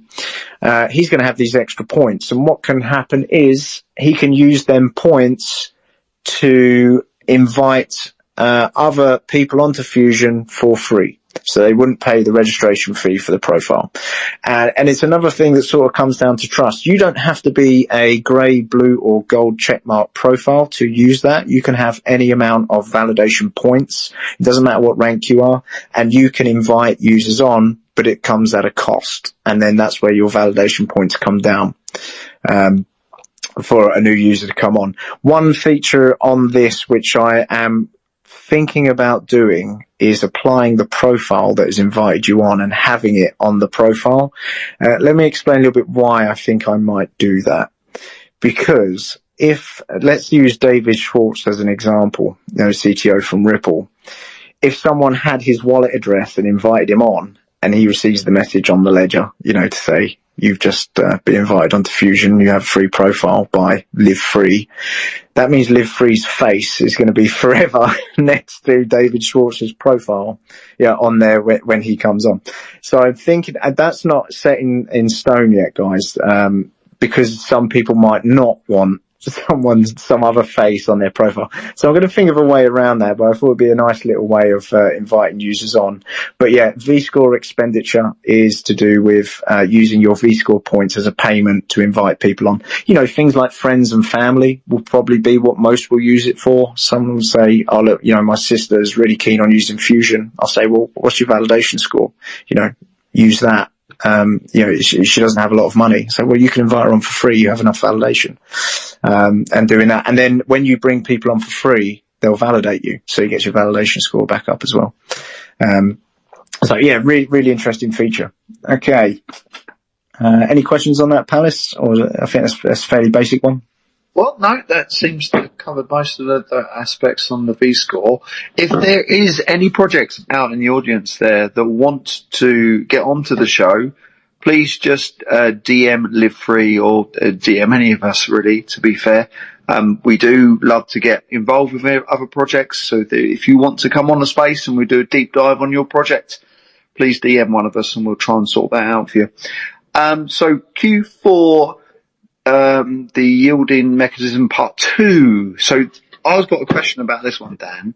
So in that part... You can't ask a question here. I haven't told you what it is. Well, yeah, but you already sort of covered it. No, I haven't covered this one. With yield part 2, can we get XRP as a yield? Yes, any asset of your choosing. Ooh! So, And now I know why you were quite excited on the Telegram group earlier. You were getting really excited. I was like, well, what are you so excited about? It's just the roadmap. But actually, some of these things are massive, man. Yeah, and because of what we already have so far, some of them aren't that hard to build where we are now. If we was to start from scratch and someone threw this at me and said, Dan, could you build this for me? I'd be like, whoa, we got to go backwards here. There's a lot we need to do over on the left before we get to the right. So it mainly comes down to the foundations we already have in place, which is why we can do all this cool stuff. If we didn't have what we have now, because there's a few programs that run on the public version of Fuzion you can't see, which are involved in some of this stuff. And the YEM Part 2, just to be clear, that doesn't. But the YEM Part 2 is an extension from YEM Part 1. So YEM Part 1, native assets only. YEM Part 2 is a whole different kettle of fish. This is a really big advancement when it comes to yield earning, because when I started designing this whole thing, it was in 2019. So that's how old this design is. And now we're 12 months away, 10 months away from it coming. I wanted to, because I was on a lot of other chains in the old days. An example is Strong Blocks. Do you remember Strong Blocks? When I went into details of their reward mechanism with nodes and that, I was like, this is never it's not sustainable. It's actually impossible to sustain. It's never going to work. And I kept diving into different stuff. And I wasn't really a rewards kind of guy. That wasn't really how I like to move my value around. But I like to learn about it and go, right, how can I make this more efficient? How can I do this? And the M Part 2 is that. So it's like years of designing and thinking about how to operate, because it wasn't first on the XRPL. It was actually on Ethereum. And then to come to the XRPL, you have to adjust with the protocols. So I come up with this. It does use more than one XLS protocol. It is complex, but it's very clever. And this mainly comes down to XIO ownership, the governance asset on Fuzion. You only need the XIO asset for this, to be clear. And depending on how much you own will depend on how much you are yielded. And it can be of any asset on the XRPL. Every asset qualifies. The only one that doesn't is, just XIO at the moment, but that is also probably going to change as well. So it would be every asset. You could have RLUSD as a daily passive income. You could have XRP. You could have, you pick one. And part of this system actually takes it off the open market. So we do not custody, I'll be very clear about this. We do not custody other projects' assets. Right? We have to use quite a complex formula to take it off the open market. So that means if someone who is an XRPL project gets involved in this and they want to use this function to pull their own assets out of circulating supply, technically they can. And it is incredibly good for low market cap projects, especially if there's a lot of people who are integrated into that. It's a very powerful yield earner, the Part 2, and all XRPL assets apply. You would only have to come on daily to, you would pick what you want to be rewarded in. It is not like you've seen before where you get a APY of a % that's fixed. That's not how this works, because it's multi-currency. Instead, you would get a prediction, and then you would get the reward out of your choosing. You choose what you want to be rewarded in, and it can change. So you would have to integrate every day to get the reward. Is that right? You would have to log in every day to get the reward, yeah. And if you miss one day, you lose the previous day's earnings. Is that what it is? No. So, you don't essentially lose it. It just means you didn't collect it as soon as possible. There will be a 24-hour, 59-minute timer for when you want to collect. So you get a minute buffer to collect on the daily. So you will stay in a 24-hour period. After a few years, you could get an extra day if you really wanted to go for it. But it'd be 23 hours, 59 minutes, and then you can collect the next one. If you don't collect it, after that 23 hours and 59 minutes, it's just waiting there to be collected. And before you collect, you can choose which currency you want to accumulate. Yeah, and you can change every day. Okay, so then you can just come in every 2 weeks and just say, all right, just pay me 2 weeks worth. No, it doesn't. It doesn't accumulate like that. No, and there's a reason for that. So if you miss a day, we don't add on the following day, then the following day, then the following day until you decide to collect. The reason being is because we could allocate that to the side. And that'd be like farmers as well. Farmers could come and take advantage of that. This requires human interaction. Actually, they can't. You would think so, looking at a basic level, but they can't unless they own XIO. That's why XIO is the governance asset for it. Yeah. Now, XIO, all the XIO that is circulating, I think nearly all of it's circulating from the transition of Exungible and RDX. It's like, you're talking like 80-90% is done. So most of the XIO out there is already in people's hands. So if there was a big farming operation to go, we need to take advantage of this, they're going to have to buy it off you. You know, they're not buying it off us, they're buying it off you guys, because it's already out there, it's already circulating. So I can't go too much into the details of it. There's like 3 unique mechanisms to how it functions. And it does get a bit complex on one part, but it's fucking highly efficient. And the main primary role for this was we cannot custody any assets from another project. We cannot do that, because then it comes down to possible regulation in the future, and it comes down to tax as well, a tax addition which we don't want to take on. So it's actually a self-custody yield earning mechanism. Will this be a permanent yield mechanism? Yeah. Well, so it won't have any time. It's got so it's not even on yet, and it's got a 100-year time frame on it. I joked about this. I think it might have been with Willie actually in the Fuzion handle. Cause at some point, someone will take this platform over. You know, be it in 20 years, 40 years, 60 years, or when I'm dead, whenever someone will take it on, and I'm going to have to tell them, you've got a problem to solve here. Good luck, because this runs out in, 100 years from 2025. You know, so it's like 2125. By 2125, you're going to need to find a solution for this. You're not selling out yet, Dan. All right. Yeah, but just as an example, you know, and this is also a closed, it's not open source technology. This is closed technology. I imagine some people might want to buy it or know how it works or try and figure it out. And I don't think technically you kind of can, from what I can tell anyway. But the feature itself, although it's complex to you as a user, is log in every 24 hours and push a button. You know, that's it. But yeah, incredibly beneficial. So again though, with the yield mechanism, the more XIO you got, the more beneficial your return's going to be. Yeah, it is. Yeah. Yeah. Cool. Okay. And the button is going to be found on the Fuzion platform, or is it going to be found somewhere else? Yeah, there's going to be, so you would have seen on Fuzion, you currently have on the homepage, like profile, create NFT, validators, verified profiles, etc. There'll be a whole yield earning mechanism feature. In there will be part 1, underneath there part 2, and then it go into part 3. And I'll touch a little bit on part 3 actually, because part 3 is not as powerful. Part 3 is probably more complex, but it's not as powerful for a user wanting to get involved. Part 3 is where we open up XRPL projects to offer self-custody staking, which comes with a whole host of problems, especially when it comes to keys for wallets, etc., etc.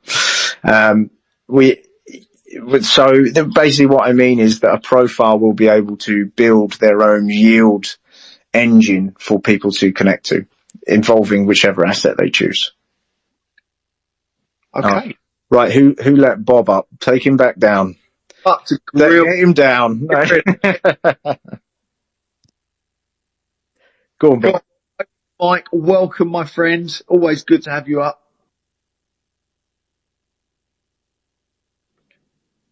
Is there a signal lag? Have we rugged? I never know what Bob's going to ask. I can. No. Yeah, it's about the YEM, of course. Now, is it possible for people who have like multiple XIO to have multiple YEM going on, meaning XIO XIO and XDX, XIO and another token?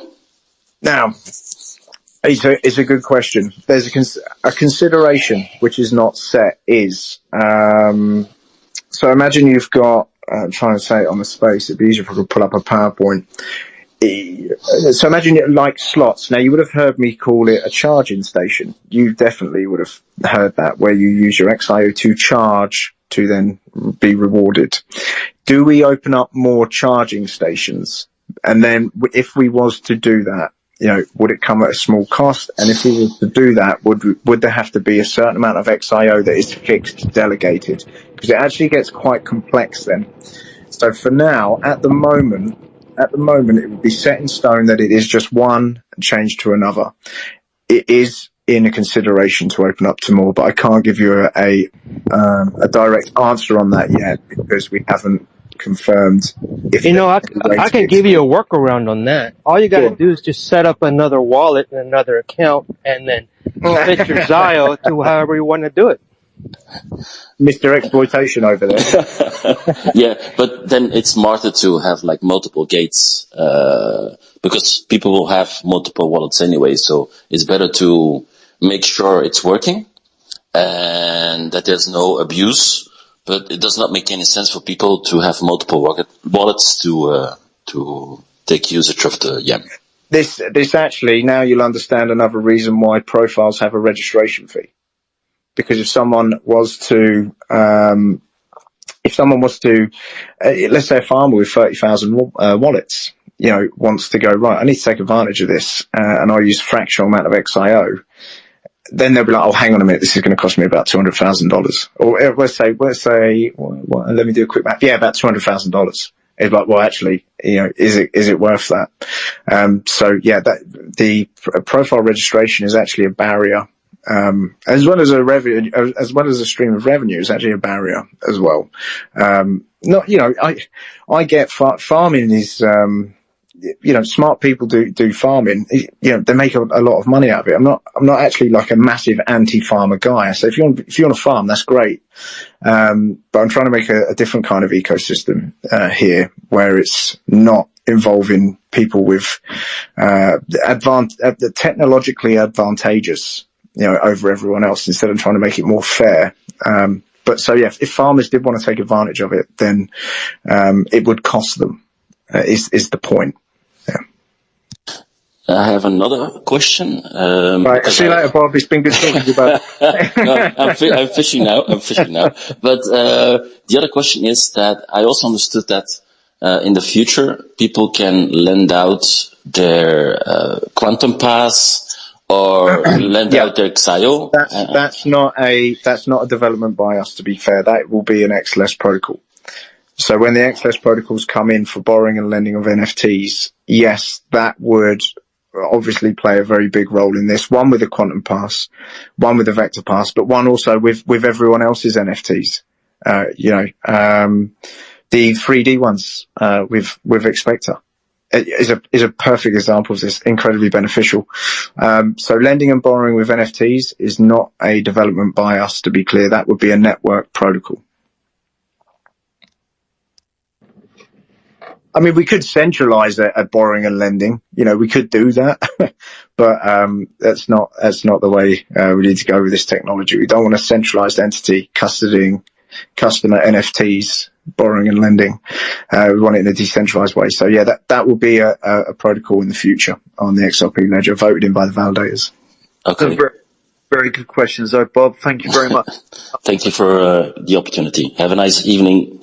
I think I know where Bob was going with it. So he would likely, I would guess, go, I fancy lending out my quantum pass, for a week or two. Would you be able to, would they be able to use that on the feature? The simple answer is yes, because it's decentralized borrowing and lending. If someone else has it in their custody and then they're paying you to borrow it, you would earn while they use it. Yeah, but also, I would like to get YAM for multiple XRPL tokens, so that's also one of the reasons to see how to split up. Hey, you're as bad as live free. It's not bad, it's smart. So it's smart XRPL. It is, yeah. I get it. was licking his lips when you said you could rent out your quantum passes. He's got about 18 of them. Yeah, Live Free did well. Yeah. Okay, shall we move on to the XRPL NFT social fi integration? Is that the next part, or have we just done that? Yeah. Okay. So very similar to the previous integration with marketing, where it's a paid promotion for collections. This is one of the stages where we start utilizing XRPL NFTs, additionally to them being nice artwork. So on your profile, you can advertise other people's profiles and other people's collections if they have NFTs that you've created. But this doesn't mean that NFTs have to be created after this to then qualify. So at the moment we've got about 7 million NFTs on the XRPL, just over, depending on the burn rate. But all them NFTs will qualify. So what that would mean is, see my nice profile here, and Palace, you've got a profile on Fuzion, and you've got a series of artwork that you've created, and you qualify some of this artwork, these NFTs, to utilize them with your profile. I go, do you know what? I would really like my face on Palace's profile so people can see my profile. And if I own one of your NFTs that qualify, then I would appear in your profile. So you'd have to select the set amount. There a lot of different kind of complications on how to do it. Should it just be profiles? Should it just be collections? Should it just be NFTs? But it's a profile governance kind of feature which utilizes NFTs already issued by you. So issued by you, which is kind of beneficial for XRPL projects, really good for artists.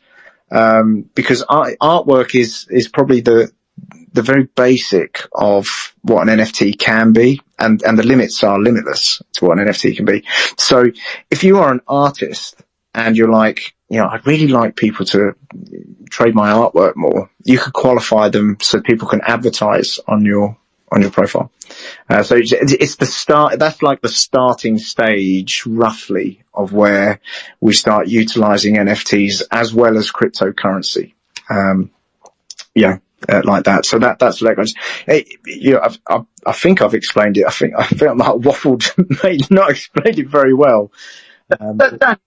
You've done all right, Yeah, I think I got that bit out. Yeah. So the part is the trading and analytics, social fi integration. Yeah, to put simply, the two ones at the bottom. So chain analytics and trading analytics with SocialFi. There is a DEX. To put simply, it's a DEX, an exchange on Fuzion with all assets. If I say that, everyone would be like, okay, now I know what that is. It would be easier rather than me list analytics and trading tools, etc. It's a DEX. And so there is a DEX for trading just assets on Fuzion. Why is that there? This is actually a bit personal to me, because I find it very difficult to do analytics with different currencies, because there's not many, there's a couple of good trading platforms now. I think, Magnetic and First Ledger with TradingView. But I didn't find at the time, so before it's come out, I didn't have one where I could do good analytics. I was like, I'm throwing that in. And there is AI involved in the backgrounds, which comes to back end testing. It's not anything that you see public. That comes later, the following year. So AI, where you would have, assistants and essentially your own AI, is where we're going with it, to be honest. But we would do with them features on with the DEX, we will be playing with an AI in the background while the public platform's running. Yeah. Again, you've identified a problem. Because if you go on your Zaman wallet and you go to the DEX in the Zaman wallet, it's clunky. It's really complicated. You don't quite know. Yeah, I agree with you. I don't use Zaman. I don't use the Zaman trading charts that often, personally. But yeah, you're right. I actually use GateHub. Mostly I use GateHub, but you have to type in the links manually, which can be a bit of a ball ache sometimes, especially if you don't know what you're doing. Then you definitely will be pissed off using it. But yeah, I use GateHub generally. But the idea is the platform has to capability to sort of live free. Go to the Field, isn't he? No, I'm outside watering my plants. Yeah. Okay. Yeah. Sorry, I didn't know that mic was on. Sorry. The idea was that you could, because you already connect your wallet on Fusion, the idea is that you could quickly look at charts, switch back to your profile, all in one place. And then when we add other wallets with other chains, it's the same thing. So it's essentially be an exchange. It's not, we're a decentralized exchange, but it has the exchange capability there. And by then, with the token trust set validation in place, there'll be lots of logos floating around, and we've never had that trading side to it. The AMM and stuff like that. We haven't had that trading side on Fusion. Been very focused on other. So yeah, it'd be good to have on. That was more of a personal addition of mine. Whether anyone wants to use that is fine, but there is a revenue generating social fi aspect to that as well. Now, with this AI, is it also going to possibly maybe in the future be turned into or transition into an AI bot? I didn't really hear your question, but I think I have an answer for you. So I'm sorry, it's kind of windy where I'm outside. So with the AI, most probably don't fully understand how AI can be incorporated into blockchain. It's mainly for data and analytics, mainly. Can you use it in an interactive way? Yes, you can. Then you breach containment and it can be risky. I'm trying to say, I don't want to say something I shouldn't hear. When AI needs to be safe, initially when it comes onto Fusion, it would be about data on the XRPL, pulling data on there. I want to get to the point where everyone has their own AI connected with their profile so they can talk to their own AI. Like your own individual AI. That's kind of where I'm going with it. Now, when it comes to AI and trading, you're talking about a different kettle of fish here, because AI doesn't understand the concept of money. It doesn't understand the concept of value, and it doesn't need it either. But it does understand numbers. And an AI is not always going to be accurate when it comes to trading. And you can implement AI to do trading for you. But it doesn't mean it's going to work. So we're playing with AI now to see what we can do with it and see if we can have it where people can have their own AI, not only that they just interact with and speak to about the ledger. And I'm on about a question like, who owns, what's DPMF's wallet address? And they're like, there it is. Simple questions like that. What were their last 10 transactions? And it pulls up the data. So you actually have you've got that, communicative, interaction. But then you've got the step later is where it gets complex. And that's with, do you allow AI to interact with your wallet? Because you can do that. Not that it's dangerous, especially if you're using a wallet with assets in that you're happy to have maneuvered around. But an AI doesn't really understand trading to a degree, and we're going to play with that and see if we can get. And so this would be like an accumulative AI where we're just going to teach it about trading and get it to trade, and we're going to get it to spend a load of money. And once it's advanced a while and grown, because it does adapt. That is the point of AI. It does adapt from mistakes.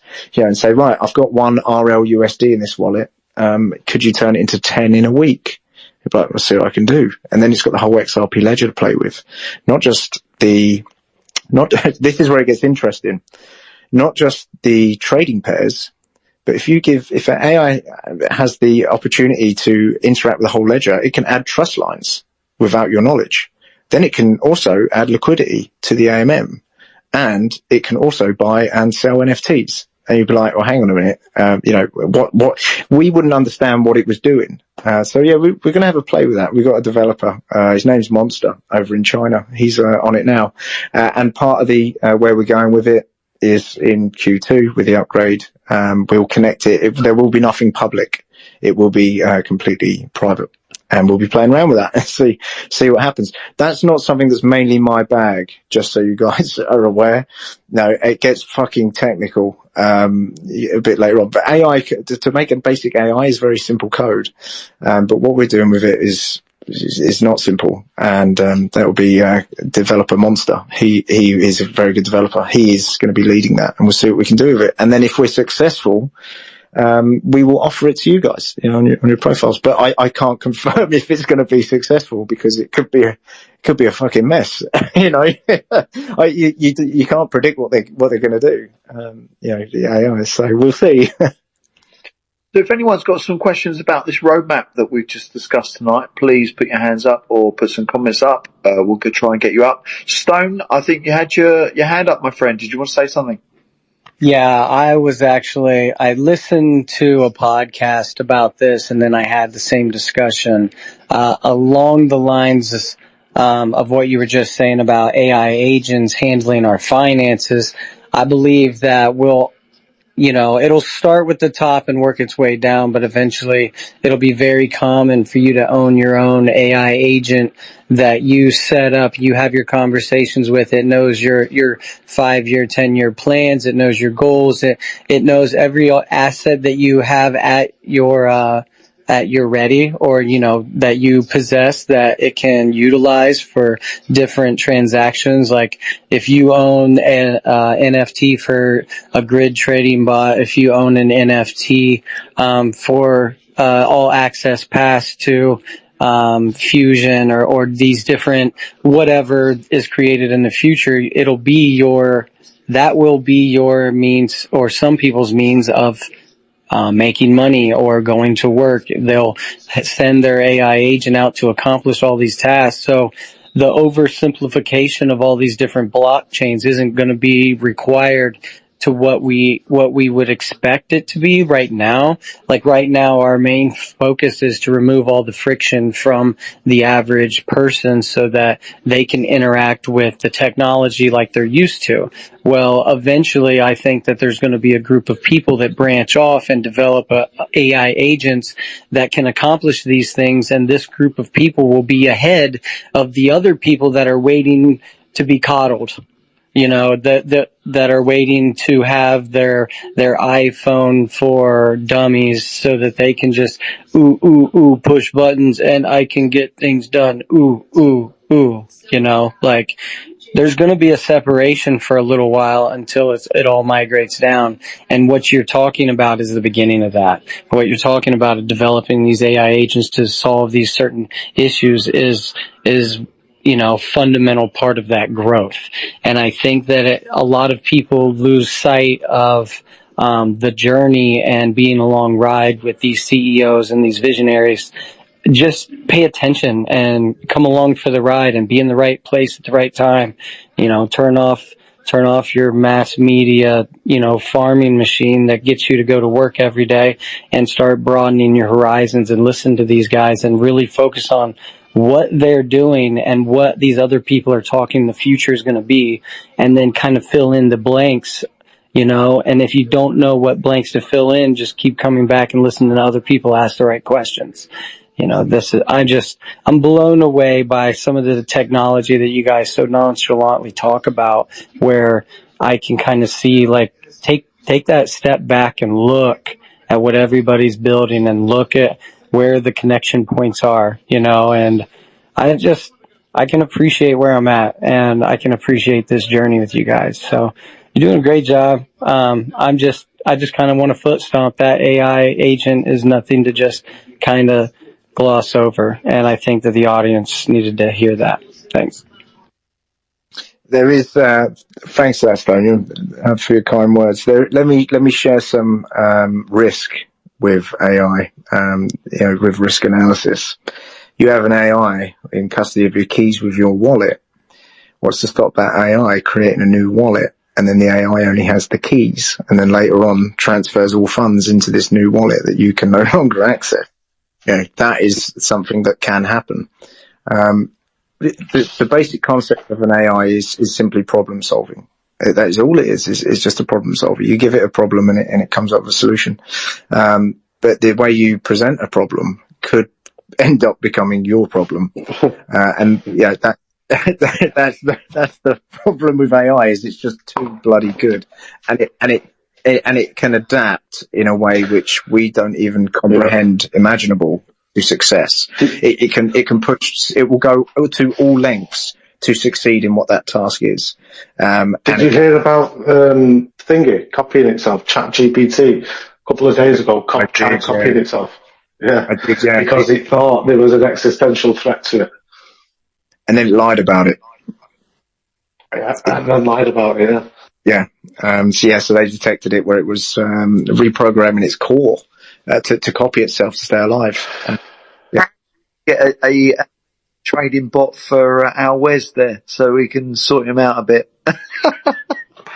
I mean, at the moment, AI is looked at. AI is beneficial. You remember a few years ago, we was playing with AI, and not many people were even talking about it. And we've done quite a lot with AI, but not like this. This is different. When it comes to interaction, that's different. If you're extracting information, that's easy. You know, you just pull it and then asking questions, that's easy.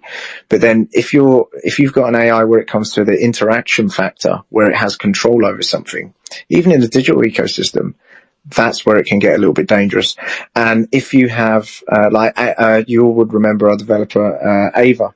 She was working with seven different robotic companies last year, and they were talking about AI in robotic. You imagine an AI able to move around in the physical world. There is a risk there, and even Elon Musk, he's very open about it. Like, it's more dangerous than nuclear weapons. Like, it is more dangerous. But yeah, we'll see. We'll be having to play around with it in a safe environment. There'll be the AI will be connected on chain, but without interactive capability. And yeah, we'll just play around with it and update you every few months on how that goes, see where it leads to.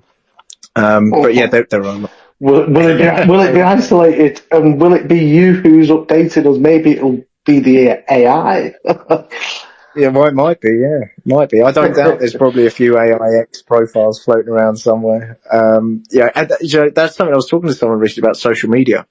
You know, an AI technically could produce a hell of a lot it could produce an infinite number of profiles and then govern all them profiles and literally change the public perception of news and how we see things going on in the world. Funnily enough, did you see the Labour publication that they made? And they used AI and they used animals to represent. They give like a video that was AI generated, and it was like, we've put more police on the streets, and it had this bulldog, AI generated bulldog with a police uniform on, walking down the street.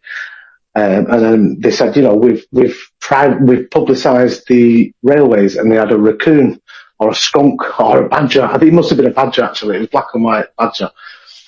So this is being used by bloody political people now as well. Used to manipulate the public eye. Yeah, I've seen other examples of it. Not in politics, but I have seen other examples of it, and it's getting harder to detect.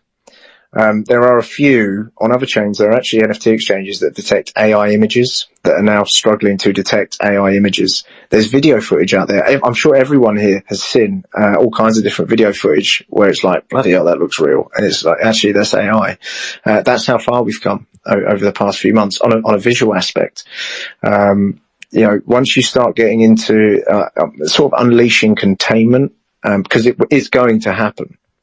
Whether we like it or not, it's the people that have the biggest control. Are they going to use it in a malicious way, or are they going to use it in a positive way? And we all know how bad humanity is historically. Good chances are it's probably going to be in a bad way. And you know, the only way to combat AI, especially in a battle with like malware and stuff, the only way to battle AI is with another AI. Did you know that? You can't actually do it through... yeah, absolutely. It's two wrongs don't make a right, but it absolutely is. The only way to fight fire is with fire. Yeah, it can be quite scary. We're not doing that bit.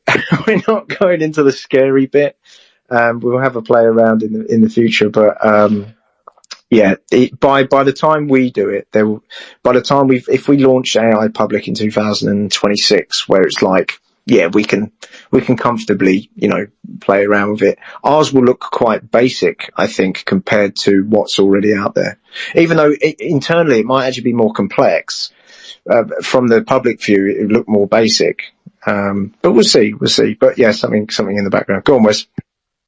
I think, sorry, let me just take my hand down. I think the AI has already been unleashed. I think we're in the days of AI. I think we're naive to think we haven't been for a long time. Like, just look at personalized ads at the most basic level. That's been around for ages. Amazon has probably based its whole business model on artificial intelligence in some way. You know, it's just a relational database, and it's getting bigger and bigger and bigger and bigger. And now it's become to the point where I think it's definitely in control. It's leading us now. It's leading popularity. You know, what is popular? What I mean by that is what is popular, what is on trend, what is trendy, what the kids like, what is popular, what is fashion, what is fashionable. And I think AI is really prevalent now. I know where you're coming from. We're told what's good because we're told that through, like the old days, through television, through radio, through social media. We are told what fashion is, you know, what looks good and what doesn't, what's the trend, you know, and we generally as people, we follow the trend. And yeah, AI can, bend that, you know, it can be flexible and change the way we perceive things. Yeah, because we're only human. We're pretty much obsolete compared to AI. Really, on an intelligence level, we're obsolete. We're very obsolete, actually. The world is becoming a dangerous place. That's it in a nutshell, really. This show is recorded, so you can go back and listen to the start. If you missed the start, I'd skip the first minute because I really hashed the intro. But you can listen to the whole show if you want. Again, it's recorded.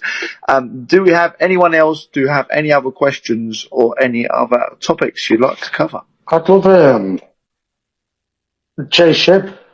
Jay Shibb, you seem like an interesting fellow. If you would like to grab the mic, I would love to ask you a question. If you are an entrepreneur, please, sir. Everybody's just calling people out randomly. I don't mean no funny business.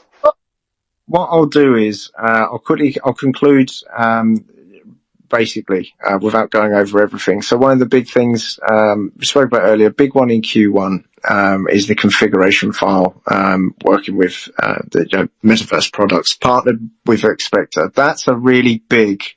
That's probably one of our smaller upgrades, which has a bigger impact on the network. It's really good for us, and it's really, really good for Expector. I kid you not.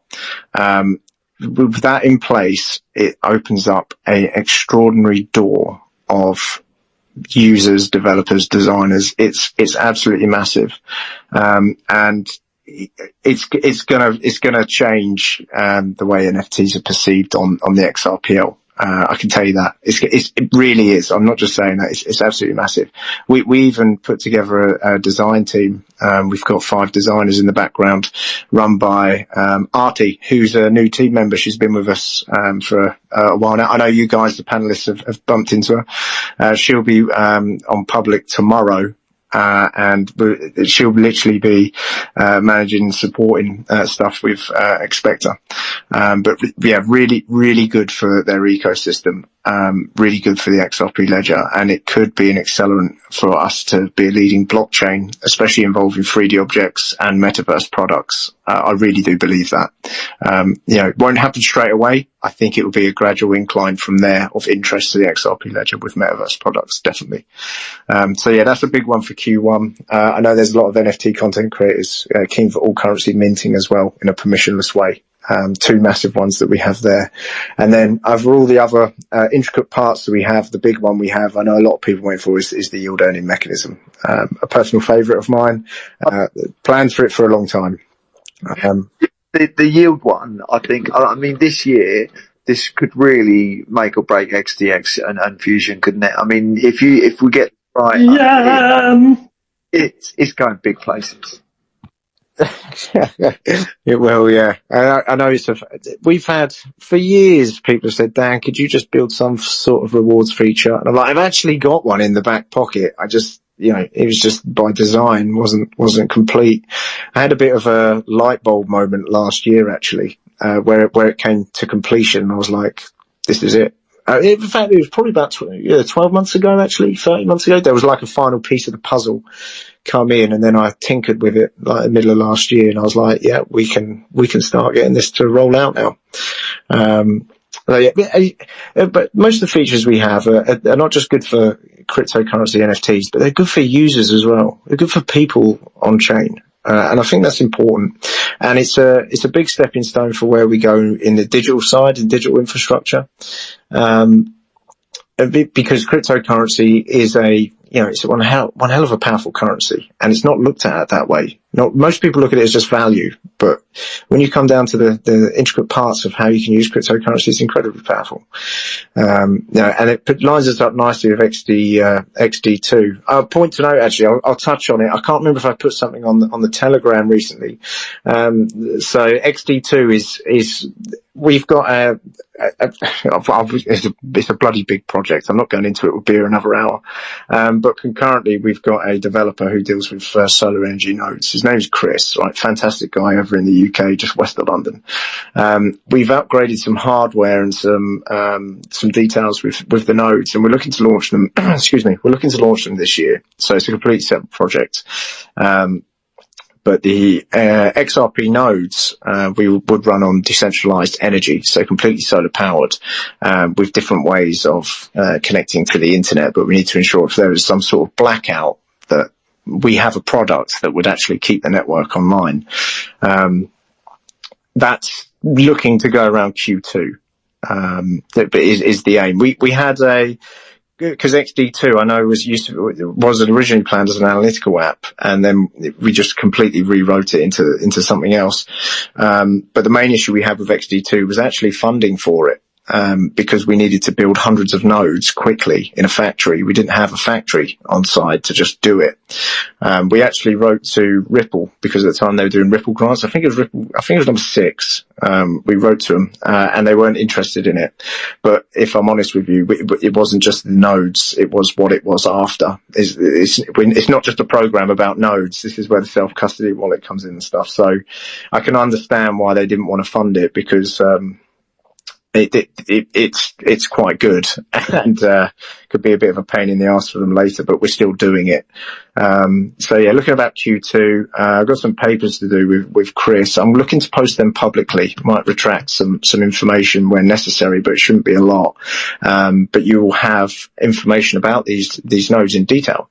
And different areas of the world where they operate, and how much energy consumption they are.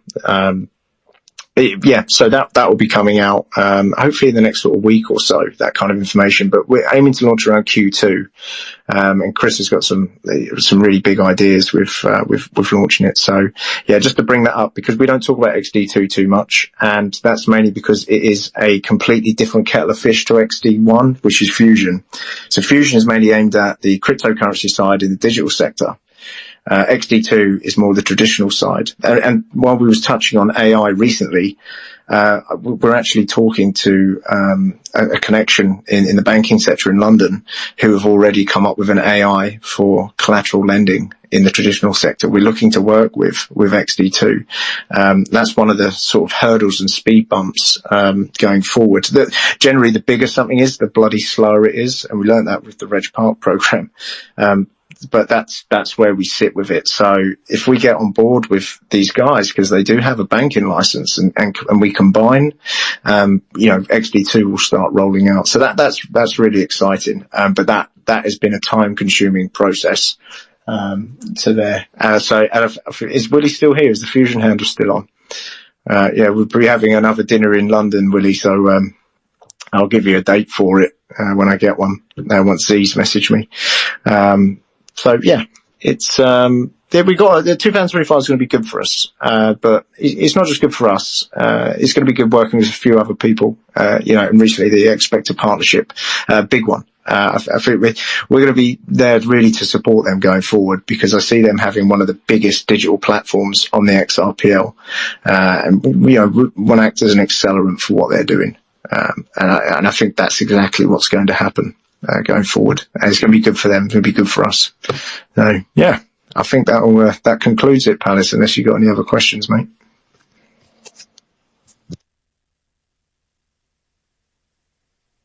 Palace, are you there?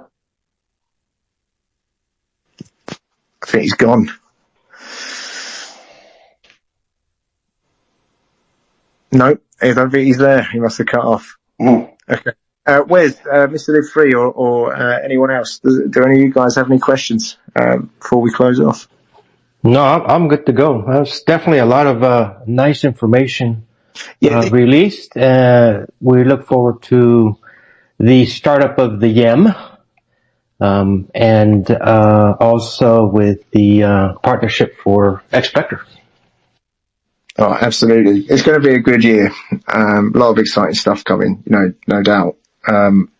Yeah, I said this to the panel actually before we come on. Like, other than we do some really big stuff, and the bigger it is, the bloody slower it is to get it out the door, to execute it. But this show tonight, we don't do these very often. Maybe once or twice a year. I think we've done it so far over this year. Maybe this might be the third over like 30 months or whatever. But I said to the guys, I said, this is one of the biggest ones we've done in terms of stuff we're launching. And I've done my absolute best to produce a roadmap so everyone understands without us saying anything, this is what them guys are up to, this is what they're building. And I think that's important. We never launched a roadmap for the first part of when we had Radical X, because we was mainly in research and development, and I was always very open to say we're not doing stuff that a normal NFT exchange does. And we have to be very careful that, a lot of people maybe copy your ideas or bend them. It was like, so we'll launch it where we're just, releasing a few bits and pieces here and there. But I think we're at a stage now where it's fair to release a roadmap because we already have foundations in place for that. If anyone was to sort of copy and beat us, they'd have to build probably a bit more than what they've already got, or to a degree of what we have. People like to see what's going on. So I wanted to make sure we gave a roadmap this year. So yeah, you guys go right. Fuzion XV1, Fuzion-XIO. That's what they're doing, and we're gonna hit them targets as we go.